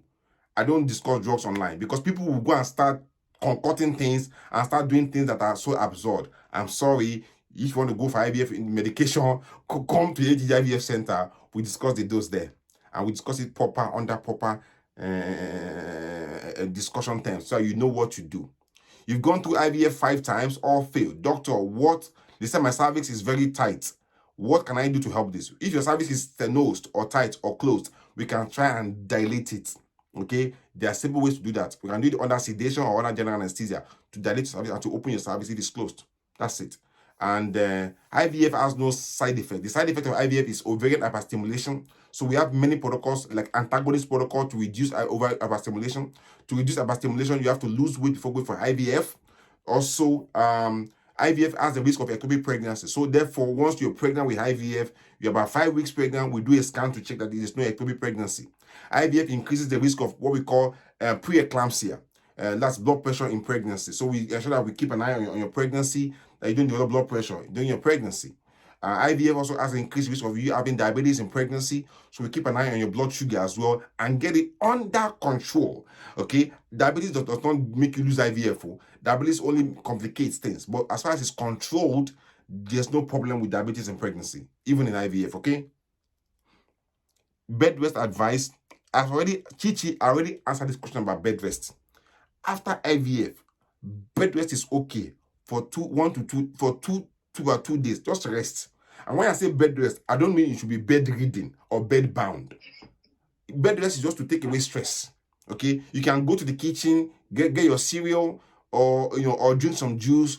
You can watch movie, or go for a walk in the park, but don't do anything stressful. And if you don't understand it, then we say bed rest, so that will change you to the bed. But you don't have to be changed to the bed if you know what you're doing. You can go to the garden, sit down in the garden for some fresh air, connect with nature, or read some book, or watch some lovely, or listen to some lovely music, or spend time with your husband to relax. That's all you need. Okay? That's what you need. Peace of mind. Peace of mind is beyond understanding. That's all you need. Ectopic is possible after IVF. IVF increases the risk of ectopic pregnancy. That is why we have to scan you after IVF to ensure that the pregnancy is in the womb. Okay? With 1 million sperm, we can do IVF. With 1 million sperm, we only need to pick the best sperm under microscope in our lab. We call it laminar flow. We call it our workstation. We pick the best sperm and we put into your egg and get you pregnant. We can do that. So 1 million sperm, don't worry, we'll take care of you IVF. Okay? With 1.2 1.2 million for the IVF in Lagos covers everything you need. All your registration, all your medications, all your scan, appointments, everything for one cycle. But if you need egg donor, you need sperm donor, you need ICSI, you want to do gender selection, they are extra cost. So gender selection, we can do that in the IVF section in ATG, okay? After IVF, yes, I say drink water. At least 2 liters of water every 24 hours to prevent dehydration.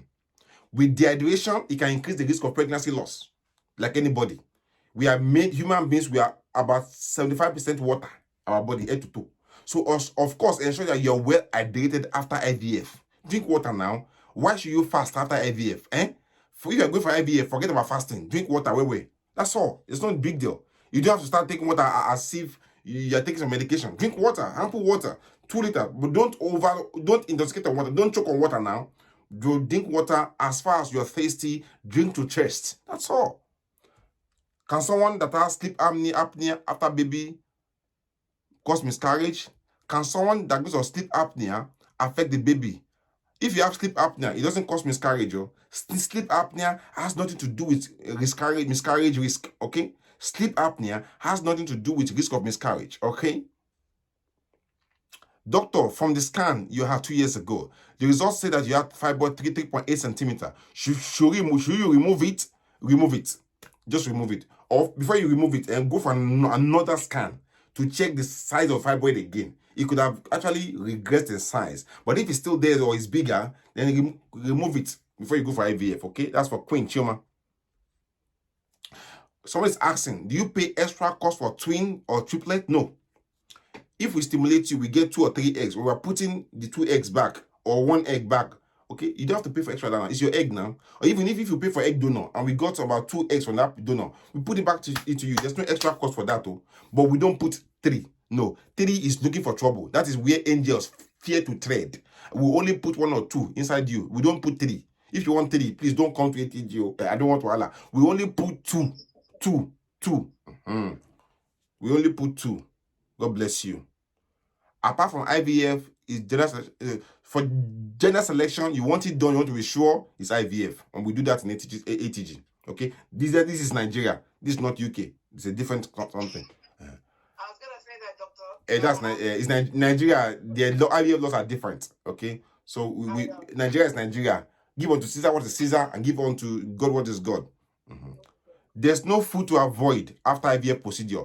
Balanced diet, lots of water, lots of fruits. It's okay. Guys, we've been here for almost 3 hours now. I'm getting exhausted. We have to go now, and then we'll take it from there. If you have further questions, just send it to our IVF center. We'll take it from there. Thank you so much, Dami, for being here. I really appreciate you. And thank you, everyone, for being here, for sharing that story of love with us, and sharing that story of encouragement with us, and giving our ladies new, renewed hope, which I know will germinate seeds, will germinate stories of positivity. And who knows how this story is going to change a lot of lives. And I have faith, I have no iota of doubt that your story is going to change a lot of lives tonight, forevermore, by the grace of God. Thank you so much, Dami. Any word for us before we close? Thank you. Thank you so much. Thank you. And have a wonderful weekend, and have a wonderful remaining part of your day. God bless you. And to all our ladies out there, God bless you so much. And stay tuned there, hang in there, keep on pushing it, and the doors will open for you. Oh, God bless you. Bye-bye.